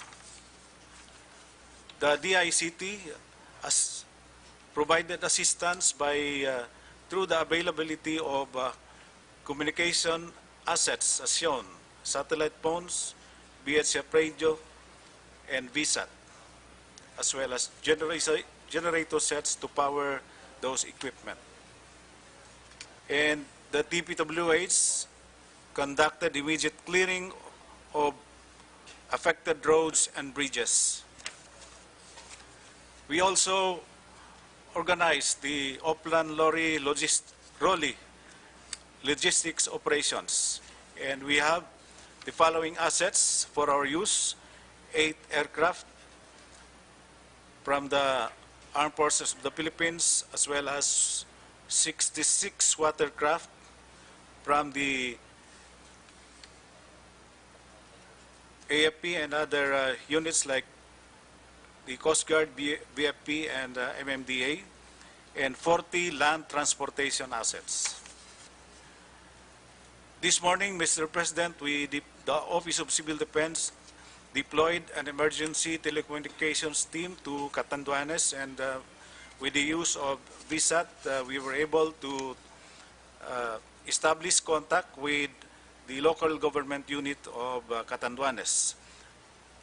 Deployed in Catanduanes also are personnel from the Philippine Army being led by Brigadier General Adonis Bahao. And shown are some of the damages in Catanduanes taken by our team deployed thereat. The airport in Virac, as well as the streets. And based on our discussion with the governor and of Catanduanes and the report of our team thereat, here is our initial assessment. As reported by the governor, there are already 5 deaths in the province and 4 injured. Around 15,000 families were affected. 10,000 houses were totally damaged, while 3,000 were partially damaged. They have no water.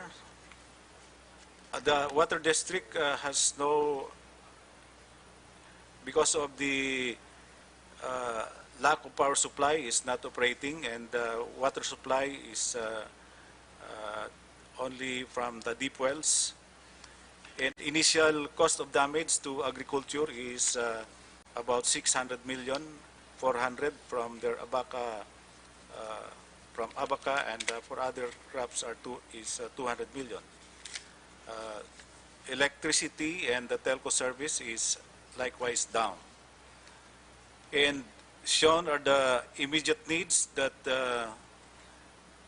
was gathered.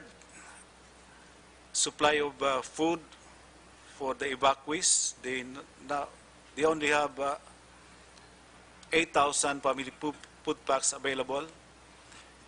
The governor is also requesting for GI sheets for the damaged houses, and immediate supply of potable water, and we are considering the inclusion of bottled water to be delivered tomorrow. The restoration of communication and electricity, but this is already going to be addressed by DOE as well as by the telcos Globe and Smart. They also have a concern on their transportation, and the governor is requesting for the resumption of ferry boat services between Catanduanes and the mainland of Bicol region. Now for our next steps or way ahead, As mentioned, we will be delivering family food packs to Catanduanes and Albay tomorrow, and we likewise will be deploying augmentation teams to conduct a rapid damage and need assessment in Catanduanes. Likewise, may I also mention that we need to sustain the augmentation of resources to support the needs of those evacuees who will be staying for a longer period of time because of the damages to their houses. Also the provision of financial assistance like emergency shelter assistance by the DSUD or Department of Human Settlements and Urban Development, and other assistance like the assistance to farmers by the Department of Agriculture. And lastly, Mr. President, although this will come in maybe 2 weeks, the planning for the rehabilitation and recovery to be led by OCD and NEDA, but to be participated by all the other members of the National Disaster Risk Reduction and Management Council, first with a post-disaster need assessment and then the workshop to develop the rehabilitation and recovery plan. And in the RRP, the PPAs or projects, programs, and activities will be identified, as well as the funding requirements and the sources of funds for the rehabilitation and recovery of those areas affected by Super Typhoon Rolly. That's all, Mr. President. Thank you and good evening. John Halad, I have a question for you. Yung bang sinabi mo lugar na the water works brought down, is there an ongoing repair or are things in the diligence rather? Inaayos na ba ito? Walang mainom ang tao na tubig o hanggang ngayon ganun pa rin? Actually, that was mentioned by the governor of Catanduanes this afternoon, Mr. President. And the reason for the disruption of their water supply is only because of the disruption of power supply. So they are reliant on the availability of electrical power supply for the operations of the water district. And another question. In this water supply, is it operated under LUA or it's a local undertaking? Operated by the water district, but I think LUA is the national government agency supervising the water district or supporting. Sure that one of them or any one of them are listening now. I'm directing LUA to help go there and help repair the water system, have it function to function immediately. Wala tubig yung mga tao doon. Let it not be a thing just to be talking about. I want to know if there is somebody there already working on it. Well, that's about it. Thank you. Sino bang gusto magsalita? Mr. President, Mon Lopez, DTI. Again, identify yourself. Mon Lopez po, DTI, Mr. President. Mon Lopez, DTI. Di kita nakita, matagal na sir. Kaya nakalimutan ko na yung Mon. Can you go ahead, everything was... Thank you, Mr. President. This will be a brief report on presyo, yung impact din ng Typhoon Rolly sa mga micro SME and business establishments, but the action taken, Mr. President. Number one, on presyo, generally po, dahil po napakabilis din ng bagyo, except for a few, number of roads na affected as reported by Secretary Villar. Generally, passable po yung mga roads, kaya ang flow of goods and services ay nag-resume po kaagad, and ang distribution po nagtuloy rin. At ang inventaryo naman ng mga groceries, supermarkets ho doon, karaniwan po ay mga 2 to 4 days. Ibig sabihin po, meron pong mga inventaryo kaagad. And therefore, generally, stable ang presyo. Stable prices dahil po stable naman sa ngayon ang supply of goods. Lalo na po dito po sa mga basic necessity and prime commodities. Meron din po tayong price freeze doon po sa na-declare na state of calamity as of today yung Cavite because of Typhoon Rolly. And last week lang, because of Typhoon Quinta, meron din pong mga declared state of calamity sa Albay, Batangas, Oriental Mindoro, Marinduque. At so yun po ay may mga price freeze din po sa mga lugar na yon. And then for the others not covered by price freeze, meron po tayong miiral na suggested retail price system or SRP, kung saan ang mga presyo nakatakda na pagpunta sa groceries and supermarkets. At yun po mga presyo na yon ng mga basic necessity prime commodities, yung mga delata, instant noodle, kape, gatas. Since last year, September 2019, wala pong increase yung mga presyo na yon at hindi po talaga gumagalaw. Kaya stable po ang presyo pagdating po sa mga food manufactured products. Ang malikot lang po ang presyo dahil po sa supply and demand, yung mga agricultural products na nasa palengke. At nagtakda rin po ng SRP ang DA pagdating po sa mga agriculture products. Doon naman po sa mga business establishments, initial report po doon sa mga naapektuhan. Again, generally po, limited yung damages, almost all mga business establishment, except for doon badly hit areas like Catanduanes and some areas in Bicol, like Albay and Quezon, doon po yung may mga naapektuhang mga business establishment. Maganda rin po, but so operational generally po, no? May maganda rin po nangyari kahapon dahil linggo. So nagkaroon na rin ng mga preemptive moves. In other words, maraming nag-declare ng half day or no work, kaya o kaya maaga nagsara. Kaya na protektahan yung mga empleyado doon at hindi na masyado ring na-damage yung mga business establishment, except for yung nakita natin sa video na may isang mall na nasira sa Bicol na pinasok hanggang loob dahil may nabasag na salamin. Pero maliban doon, generally ay operational po ang business establishment today and especially starting tomorrow, today being a holiday. Except for those affected badly, lalo na dito sa Albay, Catanduanes, and Quezon, the rest are okay. Yung iba ho, affected pa ho ng power outages at i-report po mamaya ni Secretary Cusi. Yung mga power outages reported to me ay meron pa ho sa Albay, Catanduanes, Camarines Norte, Camarines Sur. Of course, isa-isa pong bumabalik ang power. Mare-report po ni Secretary Cusi. Number 3, lastly, yung actions taken.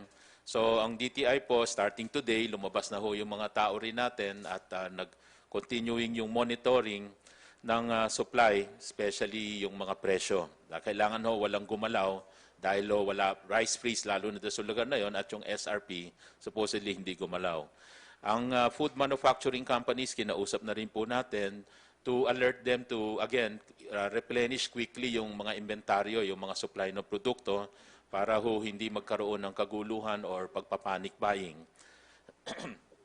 Typically ho, usually ho, after mga calamities, tayo ho ay gumagawa ng diskwento caravan kung saan nagkakaroon ng mga paninda doon, ng mga basic necessity prime commodities na diskwento. Dahil ho, ka-partner natin ng mga private companies na gumagawa o nagmamanufacture ng mga produkto na to. At sinabay rin natin ang DA para ho dun sa mga agriculture products ho, para hong may bagsakan center din doon ng mga agriculture products at saka grocery products doon po sa naapektuhang lugar. Ang target po namin, ito yung action to be taken starting this week, 2 to 3 na diskwento caravan or 2 to 3 na LGUs covered per week. So para ho at marami hong avail ng mga produkto na to at discounted prices. Other assistance provided, we always provide livelihood kits dun sa mga micro-entrepreneur na nawala ang paninda o naapektuhan talaga yung kanilang mga paninda, lalo na yung nasa palengke. Livelihood kits at saka microfinancing na meron pa rin ho tayo because of COVID-19. Kada-download lang po nung pondo, salamat sa DBM, at tuloy po yung ating microfinancing sa mga SME. Ito po yung kasama sa Bayanihan 2 na meron pong 4 billion na pwede hong ipautang ang DTI Small Business Corporation for MSMEs in general. At saka po another 6 billion para ho sa tourism kila Secretary Berna ng mga micro SME sa tourism sector. So 4 plus 6 billion po 'yon. Lastly po, we have talked to companies at saka yung mga hardware para yung construction materials makapagpadala ka agad doon. Kasama rin to sa ipoprovide na may diskwento para mapalitan yung mga naapektuhan ng mga bahay doon. Lalo na yung bubong, semento at saka bakal. Yun lang po, Mr. President. Magandang gabi po. Salamat po for the report. Kung kasi wala na, I'd like to kasi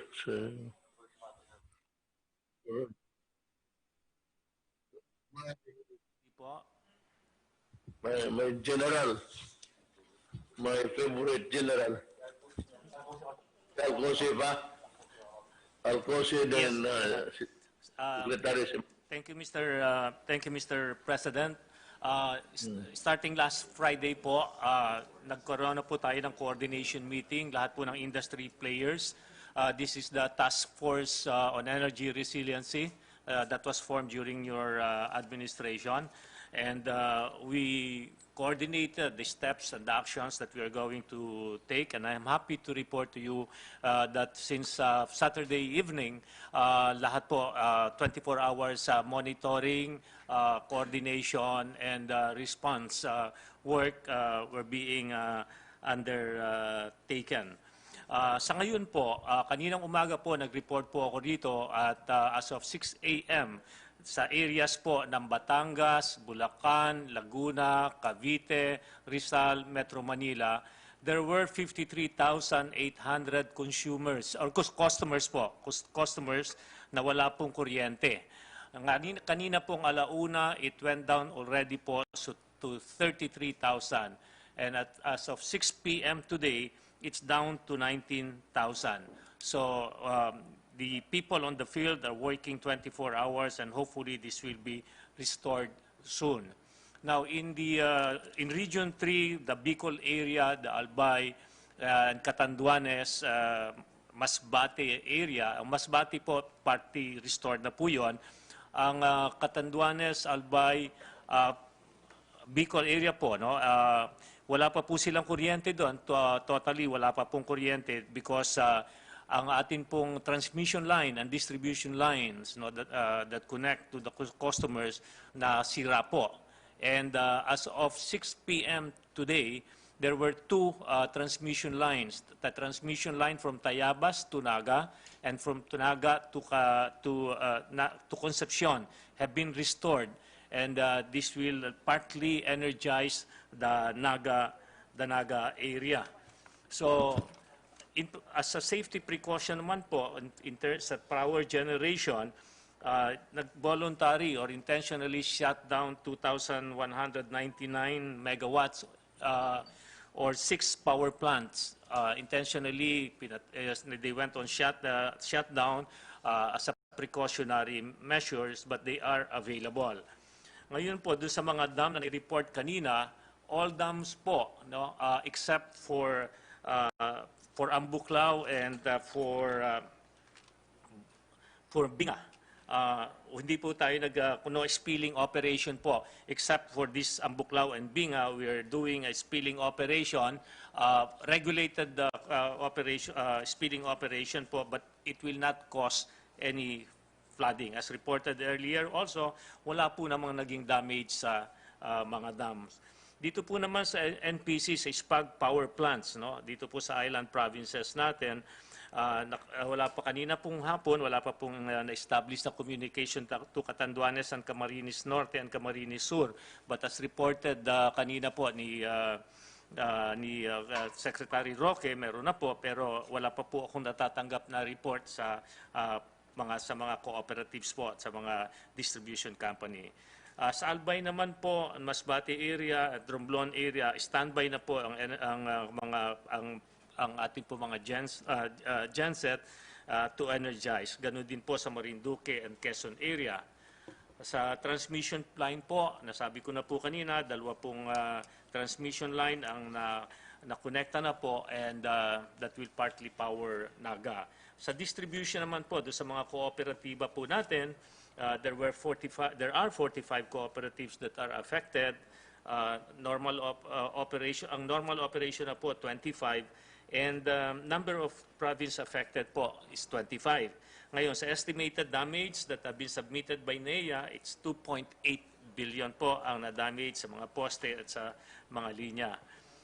So, ando naman po dito sa atin po, dito sa Region 4A at saka dito po sa Metro Manila, 19,000 na lang po ang ating i-energize. Yun pong kaninang task force kapatid. Ano po itong task force kapatid po? Ito ang bayanihan po ng mga different cooperatives where those unaffected cooperatives help to restore powers in the affected areas. Sumasama rin po dito sa task force kapatid na ito, including po yung mga distribution utilities like Meralco, Aboitiz Power of in Davao, no? Pumupunta po sila rito at nakikipagtulungan po. Now, on the oil supply po, meron po tayong enough supply in the affected areas, and based on the inventory report, it will last for 22 days. No, we have 22 days stock. And as reported also po by Secretary Lopez, nagpapa-effect po tayo sa petroleum products ng price freeze. Pero considering po nagpa-fluctuate ang price ng oil, and considering that last week po bumaba ang presyo ng oil sa international market, we're expecting the price of petroleum product this week to go down. So, but we are going to implement the price reduction, but no, we will not allow any price increase. Ngayon po naman, bilang po isang chairman po ng CORD, na-assign po ninyo ako bilang isang CORD chairman ng Region 4B, nabisita ko na rin po ang affected areas ng Typhoon Quinta, at sa Mindoro po, nagkaroon po tayo ng coordination meeting sa gobernador at different regional directors. At ang naapektuhan pong mga mangingisda na nasira po yung mga bangka at yung mga nawalan po ng bahay, nakapag-coordinate na po tayo kay Ed Gongona po ng BIFAR, kay Administrator Gongona, at kay Administrator June Escalada po ng NHA, na para po matugunan ang pangangailangan po ng mga ngingisda at ng mga nasiraan ng bahay. Doon po sa damage po ng Quinta, dapat po sana restore na lahat ng power by Sunday, yesterday po, no? I visited the area last October 27, and we have given them 5 days to restore the power, but unfortunately dinaanan na naman po sila ng bagyong Rolly. Kaya medyo maantala na naman po ang pag-restore ng power doon, but makakasa po kayo sa pagtutulong-tulungan po ng industry players ng energy, marirestore po natin ang power sa lalo madaling panahon. Yun lamang po, mahal na Pangulo, at maraming salamat po. Thank you, Secretary Jose. May I call on Roy Simato? Roy? Twitter. Good evening, Mr. President. In compliance to your directive for initial investigation of complaints of some people there in Albay about quarrying, my initial investigation, Mr. President, that during the height of the storm, the typhoon, flood waters down the slope of the volcano fall down on the three rivers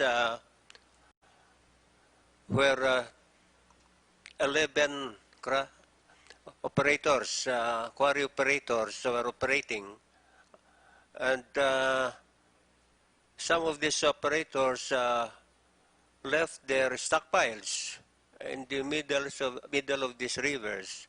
Kaya nung bumaba yung tubig malakas, dala-dala yung lahar, pati yung mga stockpiles nila doon, boulders, ay kasama na.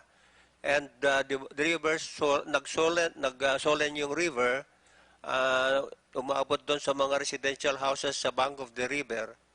4 po ang namatay, 3 na crash at saka na-buried ng laharan aggregates. Itong 11 permits na binigyan sa itong quarry operators, binigay po ito ng provincial government. Sila kasi nagbibigay ng permits sa mga nagkwa-quarry doon. And because of this, Mr. President, will still be continuing the investigation, finding out culpability itong mga permits na binigay ng mga operators nito. And at the same time, I directed the suspension of all these 11 or 12 operators, including suspending all quarry operations around the volcano habang mayroon pa itong mga sumusunod na mga siphons para naman ma-prevent na itong mga maaring mangyari uli.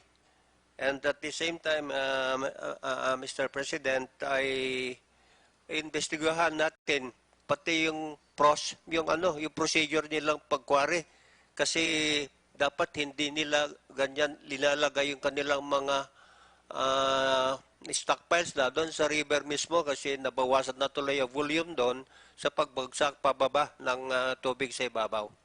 So that's my report, Mr.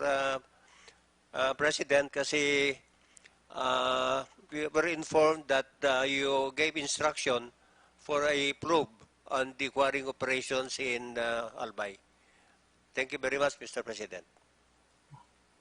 Right, that is correct. Just before coming here, I came from Albay. Yung chapter ko, binaba ko sa Ginobatan. And so I talked to the residents there. And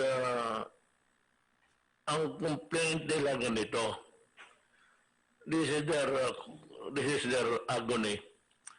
Every time there is a typhoon, there is always the danger, or it happens that the stones and the boulders and the lahar always go down the river and bring destruction to the habitation of people. Sabi nila, ulit-ulit na talaga to, and nobody cared to answer for this. I'm not blaming anything or anybody, whether it is really, ito kasing, it's also needed for constructions. When you build, you need these rocks and crushed rocks or whatever. Kaya without really condemning the act itself of quarrying, I hope that I was thinking that it should have the proper environmental clearance sana. So pag wala, then I think that you'll have to stop it. In the meantime, mayroon pa namang bagyo coming one after the other. In the meantime that we are suffering distractions, it might do well for them also to look for another site. Ganoon na lang. Yes, Yes, Mr. President. In the meantime, I directed the suspension of these 12 operators, including the suspension of all quarrying around the volcano, lalo na ngayon tagulan. So, para ma-prevent ulit maaring mangyari ng ganito. Pangalawa, Mr. President, I told them to be very strict in the implementation of quarrying. Kasi hindi mo dapat pwedeng ilagay yung stockpile mo dito sa river itself kasi mabawasan na yung volume ng dumaan na tubig doon. So dapat dito sa quarrying area talaga authorized na pwede. So in the meantime, I will suspend them and in fact, we have to close some of them kung culpable sila rito sa nangyari ito, Mr. President. Okay, it's your decision. Sinong susunod, brother? Anybody? Kasi kung Mr. President. Yes. Mr. President, good evening. Wendell. May pera ka ba? Kung wala ka pera, huwag ka magsalita. Alam niyo, Mr. President, marami kasing nagtatanong kung may pera pa ba daw ang gobyerno sa gitna nitong mga kalamidad na kinakaharap natin. Gusto ko lang ipaalam, Mr. President, na ang estado po ng ating NDRRMF funds o yung tinatawag na National Disaster Risk Reduction and Management Fund ay stands at 3.622 billion pa po after we have augmented this with 5 billion based on Bayanihan 2. Ang total po na budget ng NDRRM for the year ay nasa 16 billion at nagamit na po ang iba dyan kaya nag-augment tayo at base din po sa General Appropriations Act ang mga sumusunod na mga departamento ay nilaanan ng tinatawag na Quick Response Fund. Ang DA po ay 1.5 billion, ang DepEd 2.1 billion, ang DOH 600 million, ang DPWH 1 billion, ang DSWD 1.25 billion, at ang National Electrification Administration 100 million. Ito po yung pinupunan natin pag na-deplete na at para nang sa ganun makasiguro tayo na at any given time kung may kalamidad ay makakapag-responde kaagad ito mga departamento nating to. At awa ng Diyos sa pagka ngayon pa po ay hindi pa naman kami nakakatanggap ng additional request galing sa kanila. Subalit we expect that in due time hihingi sila ng dagdag dahil siguradong madideplete na rin yung pundo nila. At itong mga department na ito ay siguradong ma-direkta lang nila sa akin dahil under the law, hindi na po kailangan na iakyat sa inyo at maaprubahan na po namin kaagad para madalian lang po. Yung bigger requirements po natin as a result of and the effects of Super Typhoon Rolly ay nandyan naman si Senator Bong. We will work this out with Congress kung paano po na matugunan nito dahil ongoing pa naman yung usapin about the 2021 national budget. Tingnan po natin kung po pwede pong magawa ng paraan and Congress will understand the needs of our people in relation to the eventual passage and approval of the 2021 national budget po. So, yan lang po muna sa ngayon. Thank you very much, Mr. President. Thank you, and then anybody else? Kasi pag wala na, may gusto akong gawin. You know, may babasahin kasi ako, but before that, alam mo, ang tao kasi, alam nila na there's not enough to go around with money. Talagang kulang. Walang there's no country in this world that has a surplus of money. Talagang meeting both ends meet because the needs of society, the needs for roads, the need for teachers, classroom, lahat, patong ng patong yan. Every year, it increases and it is exponential ang gasto. Sabi nila minsan, under the mango tree ng kaklase, we've been correcting it and we're trying to still do it until now. Ang importante na kasi dito, Wendell, na malaman ng tao na may pera para dito ngayon, kunwari itong pangyayari ngayon, that there is money coming for them to use. Hindi sila maghirap, talagang stretching to the limit yung not only the money but the agony ang pag nila. So, kung alam lang nila na may pera tapos nagastos ito ng tama at dumating doon ito sa mga beneficiaries, yun naman kailangan nila. They know that there is money. Pinag-usapan natin ngayon, we've been transparent. Yan, sinabi mo. Now, that's good. That lahat nagsasabi, may pera itong departamento ko. For as long as we spend it for the purpose for which was intended to be appropriated. Ang tao walang Ang masakit sa taong bayan, yung alam nila na may pera na dapat para sa kanila, in this case, the assistance, tapos walang dumating at pinordoy, somebody goes out to embezzle or abscond with the money, yan ang masakit. Ngayon, may babasahin ako. And later on, may I just also address myself to Secretary Villar. Si Secretary Villar is an honest man. Not only that he is honest, he has money.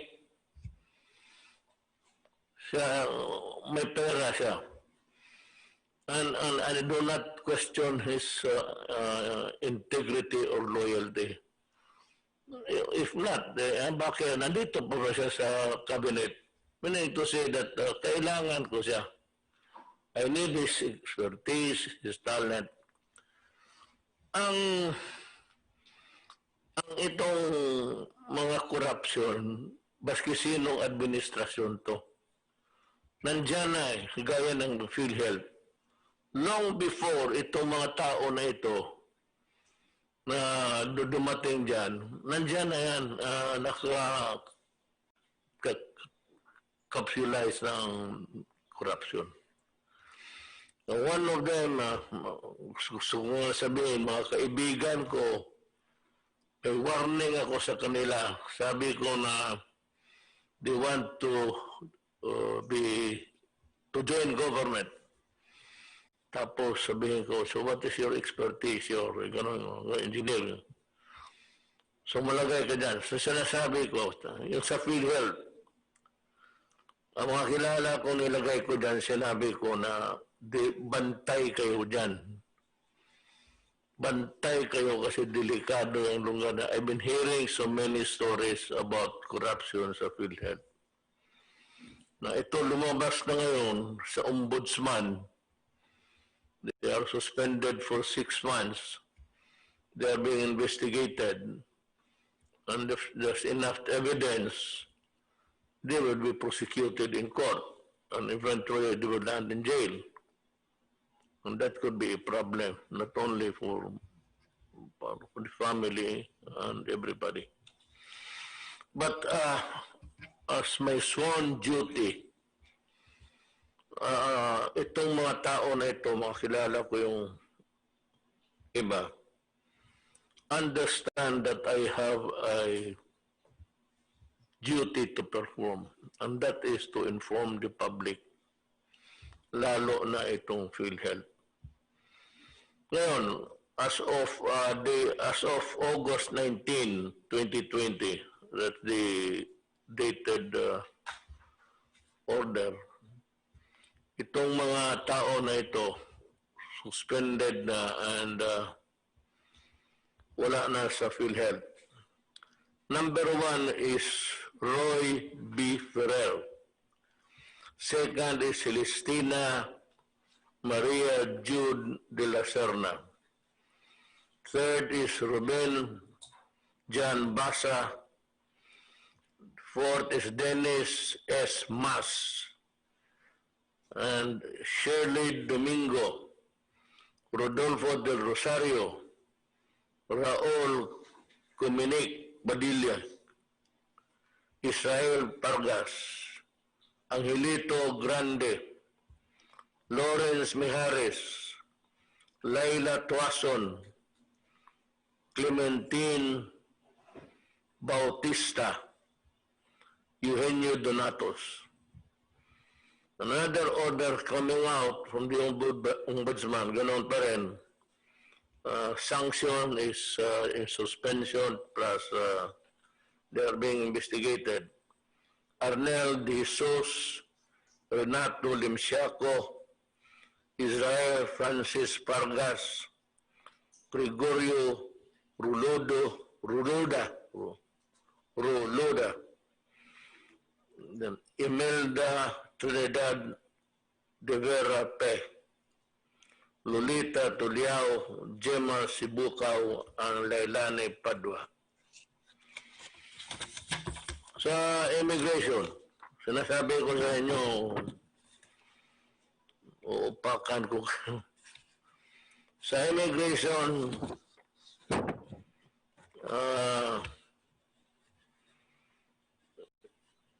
Erwin Ortañez, number 1, Grifton Medina, Glenn Comia, Benlado Guevara, Daniv Bensol, De Leon Albao, Arlan Edward Mendoza, Anthony Lopez, Cecil Orozco, Dennis Robles, Bradford Allen So, Vincent Brian Alas, Rodolfo Magbuos Jr., German T. Ruben, Gabriel Stasio, Ralph Ryan Garcia, Paul B.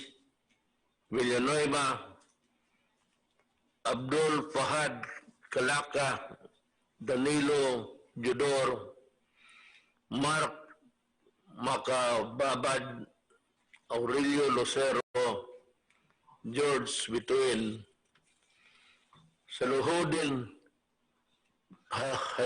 Hajinor, Cherry Pie Recolcol, Chevy Chase Manion, Carl Jordan Perez, Abdul Hasif Adjis Basar, Jeffrey Dale Ignacio, Juan Carlos Gomez, Clint John Simen, Jason Abelde,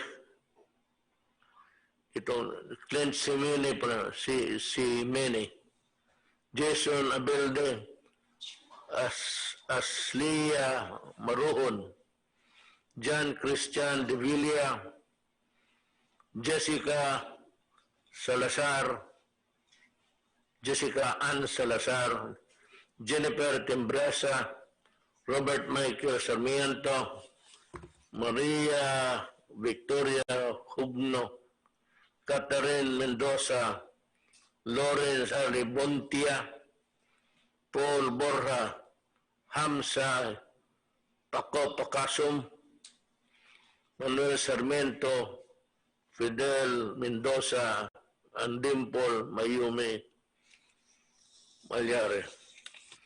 ito yung mga tao na initially, the investigation is still going on. So, wala pa tayong na masabi na complete. And there is one guy, I've been really wondering, matagal na eh. He was working sa customs as a regular employee. But you know what? At the same time, he was working as a board member of DBP. Hindi ko talaga maintindihan ang kagago ng tao. I mean, so brazen ang para bang pagtingin nila talaga wala ng utak itong nakatingin sa kanila. So, he is out. I'm sure this guy will go to prison. If the case is pursued, maraming kaso to, sigurado. Patong ang kaso nito, from perjury to, falsification of public document, making false entries. Marami to. Hindi ko na lang basahin, sa customs, 20 na ang dismiss talaga. 4 ang suspendedo, siguro iniimbestiga pa. 4 reprimanded lang.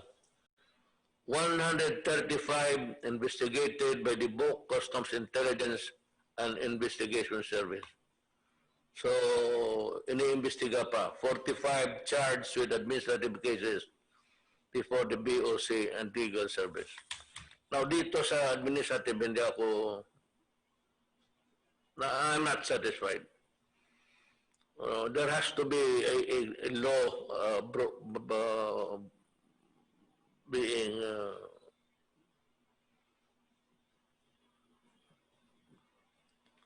as ganito charged with administrative. I'd like to call the customs na criminal pati administrative talaga. And dito sa ito namang sa PhilHealth na yung it's what I cannot understand. But I'm giving you only 3 days to process the paper. Itong check na ito, hinold nila 1 million without any plausible reason why or any reason at all that is sensible.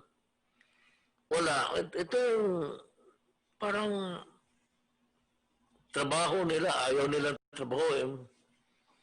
It's either indolence or stupidity. But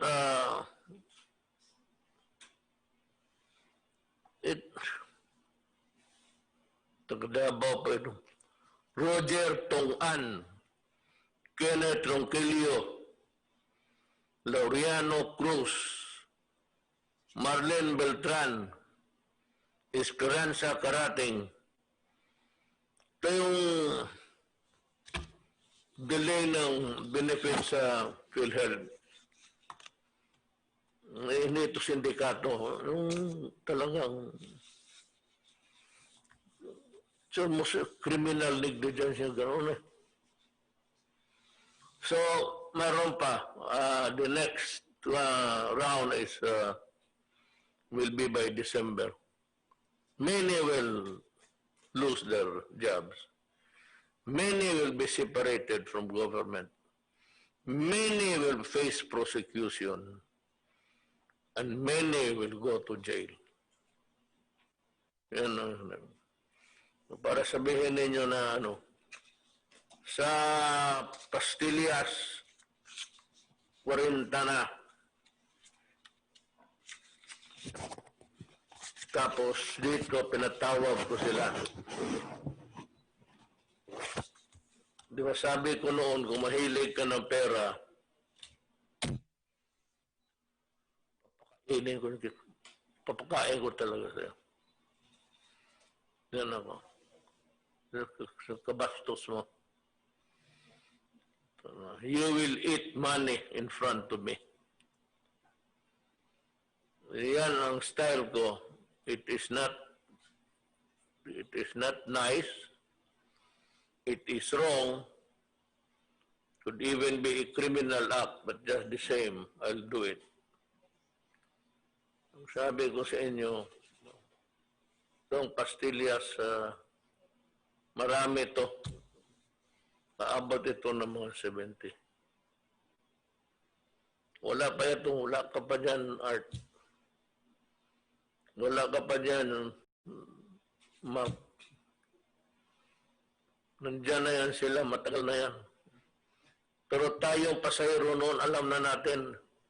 Kaya kami, taga-probinsya, we travel almost with regularity.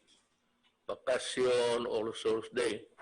Kaya nga ako nung nauwi, itong mga ugok naman sabi, wala ako. I was waiting for the typhoon to pass. Then lumipad ako. Napunta ako kanina sa you know, kung wala kayong patay, okay lang. Kami may mga patay, kailangan umuwi kami doon sa amin. Pero ngayon, nandito na ako. Yung sabi na wala ako dito kasi wala na sa probinsya. So, what's the problem? Ang mga papilis, pinadala ninyo dyan. Tapos, pirmahan ko, padala ko uli.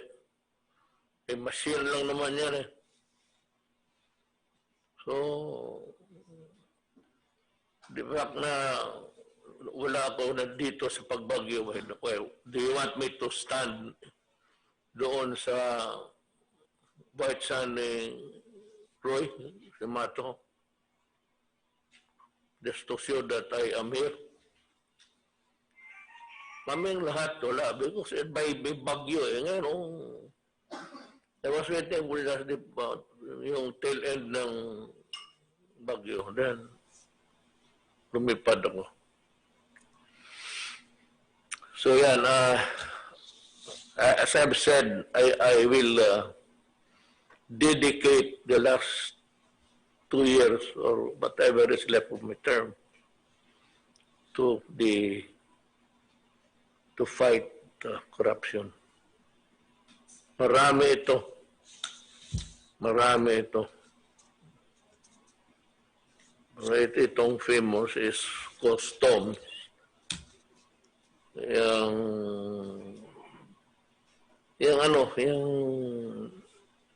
sa immigration. May ang mga dyan, official, they are allowed 10 or 20 na pasok na walang Pero siyempre, hihingi ng pera yan doon sa... Yan ang racket dyan. Maski yung mga official dyan, well, I am excluding Jagger. Kaya ako nilagay siya dyan ni Sir Kingwell. Marami na siyang napaalis. I said corruption talagang hindi ko matanggap kasi pati kami dito damay lahat. Kaya nga pagdating panahon 2 generations from now, hindi man sabihin ng tao na ulitin ko napaka-corrupt yung kay Ramos, corrupt kay Arroyo, corrupt kay... Wala. Ang sabihin yung dumaan ng panahon ni Duterte at Binitayon, napaka-corrupt. Dali kami lahat. Dali kami lahat. Ang tao, magtingin sa amin, magpunta kami dyan sa kapihan. Cabinet member yan, siguro, mayaman na yan. Well, let me cut the belief. pakita ko talaga sa inyo na kukulong ko yun. Marami ito. So, itagdagan ko pa yan.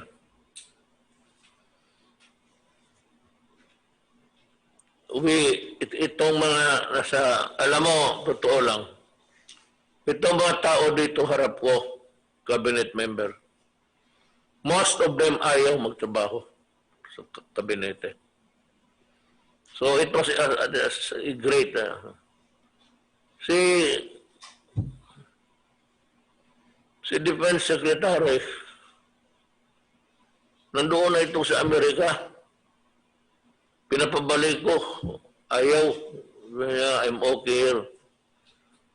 Sabi ko, kaibigan tayo, kailangan matulong, bumalik ka.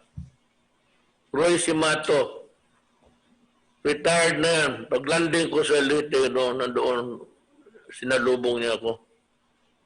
Leyte, Antique. Sabi ko sa kanya, bakit ka nandito sa heartland ng Ilonggo, ng Ilocano ka man? Sabi niya, taga dito yung asawa ko. Sabi ko, pero alam ko na, nakita ko na walang araw. Talaga kasi may tiwala ko. Pero itong mga tao na ito, si Roy, wag na, retire na ako. Enjoy na lang kami. So, Secretary Espero, sabi na, tatakbo ka pa ba? Tatakbo ka, kakampanya na lang kami. Kasi we have our political affiliations or predilections, if you want to use the word. So, yun. I hope we have explained to the people what we have done to meet the challenges of the moment. And I hope that you have clearly understood that the money that we are spending will be really spent for the people. And we will hold ourselves accountable for it. So huwag kayong mag-alala-alala. Tatrabaho tayong lahat. Maraming salamat po.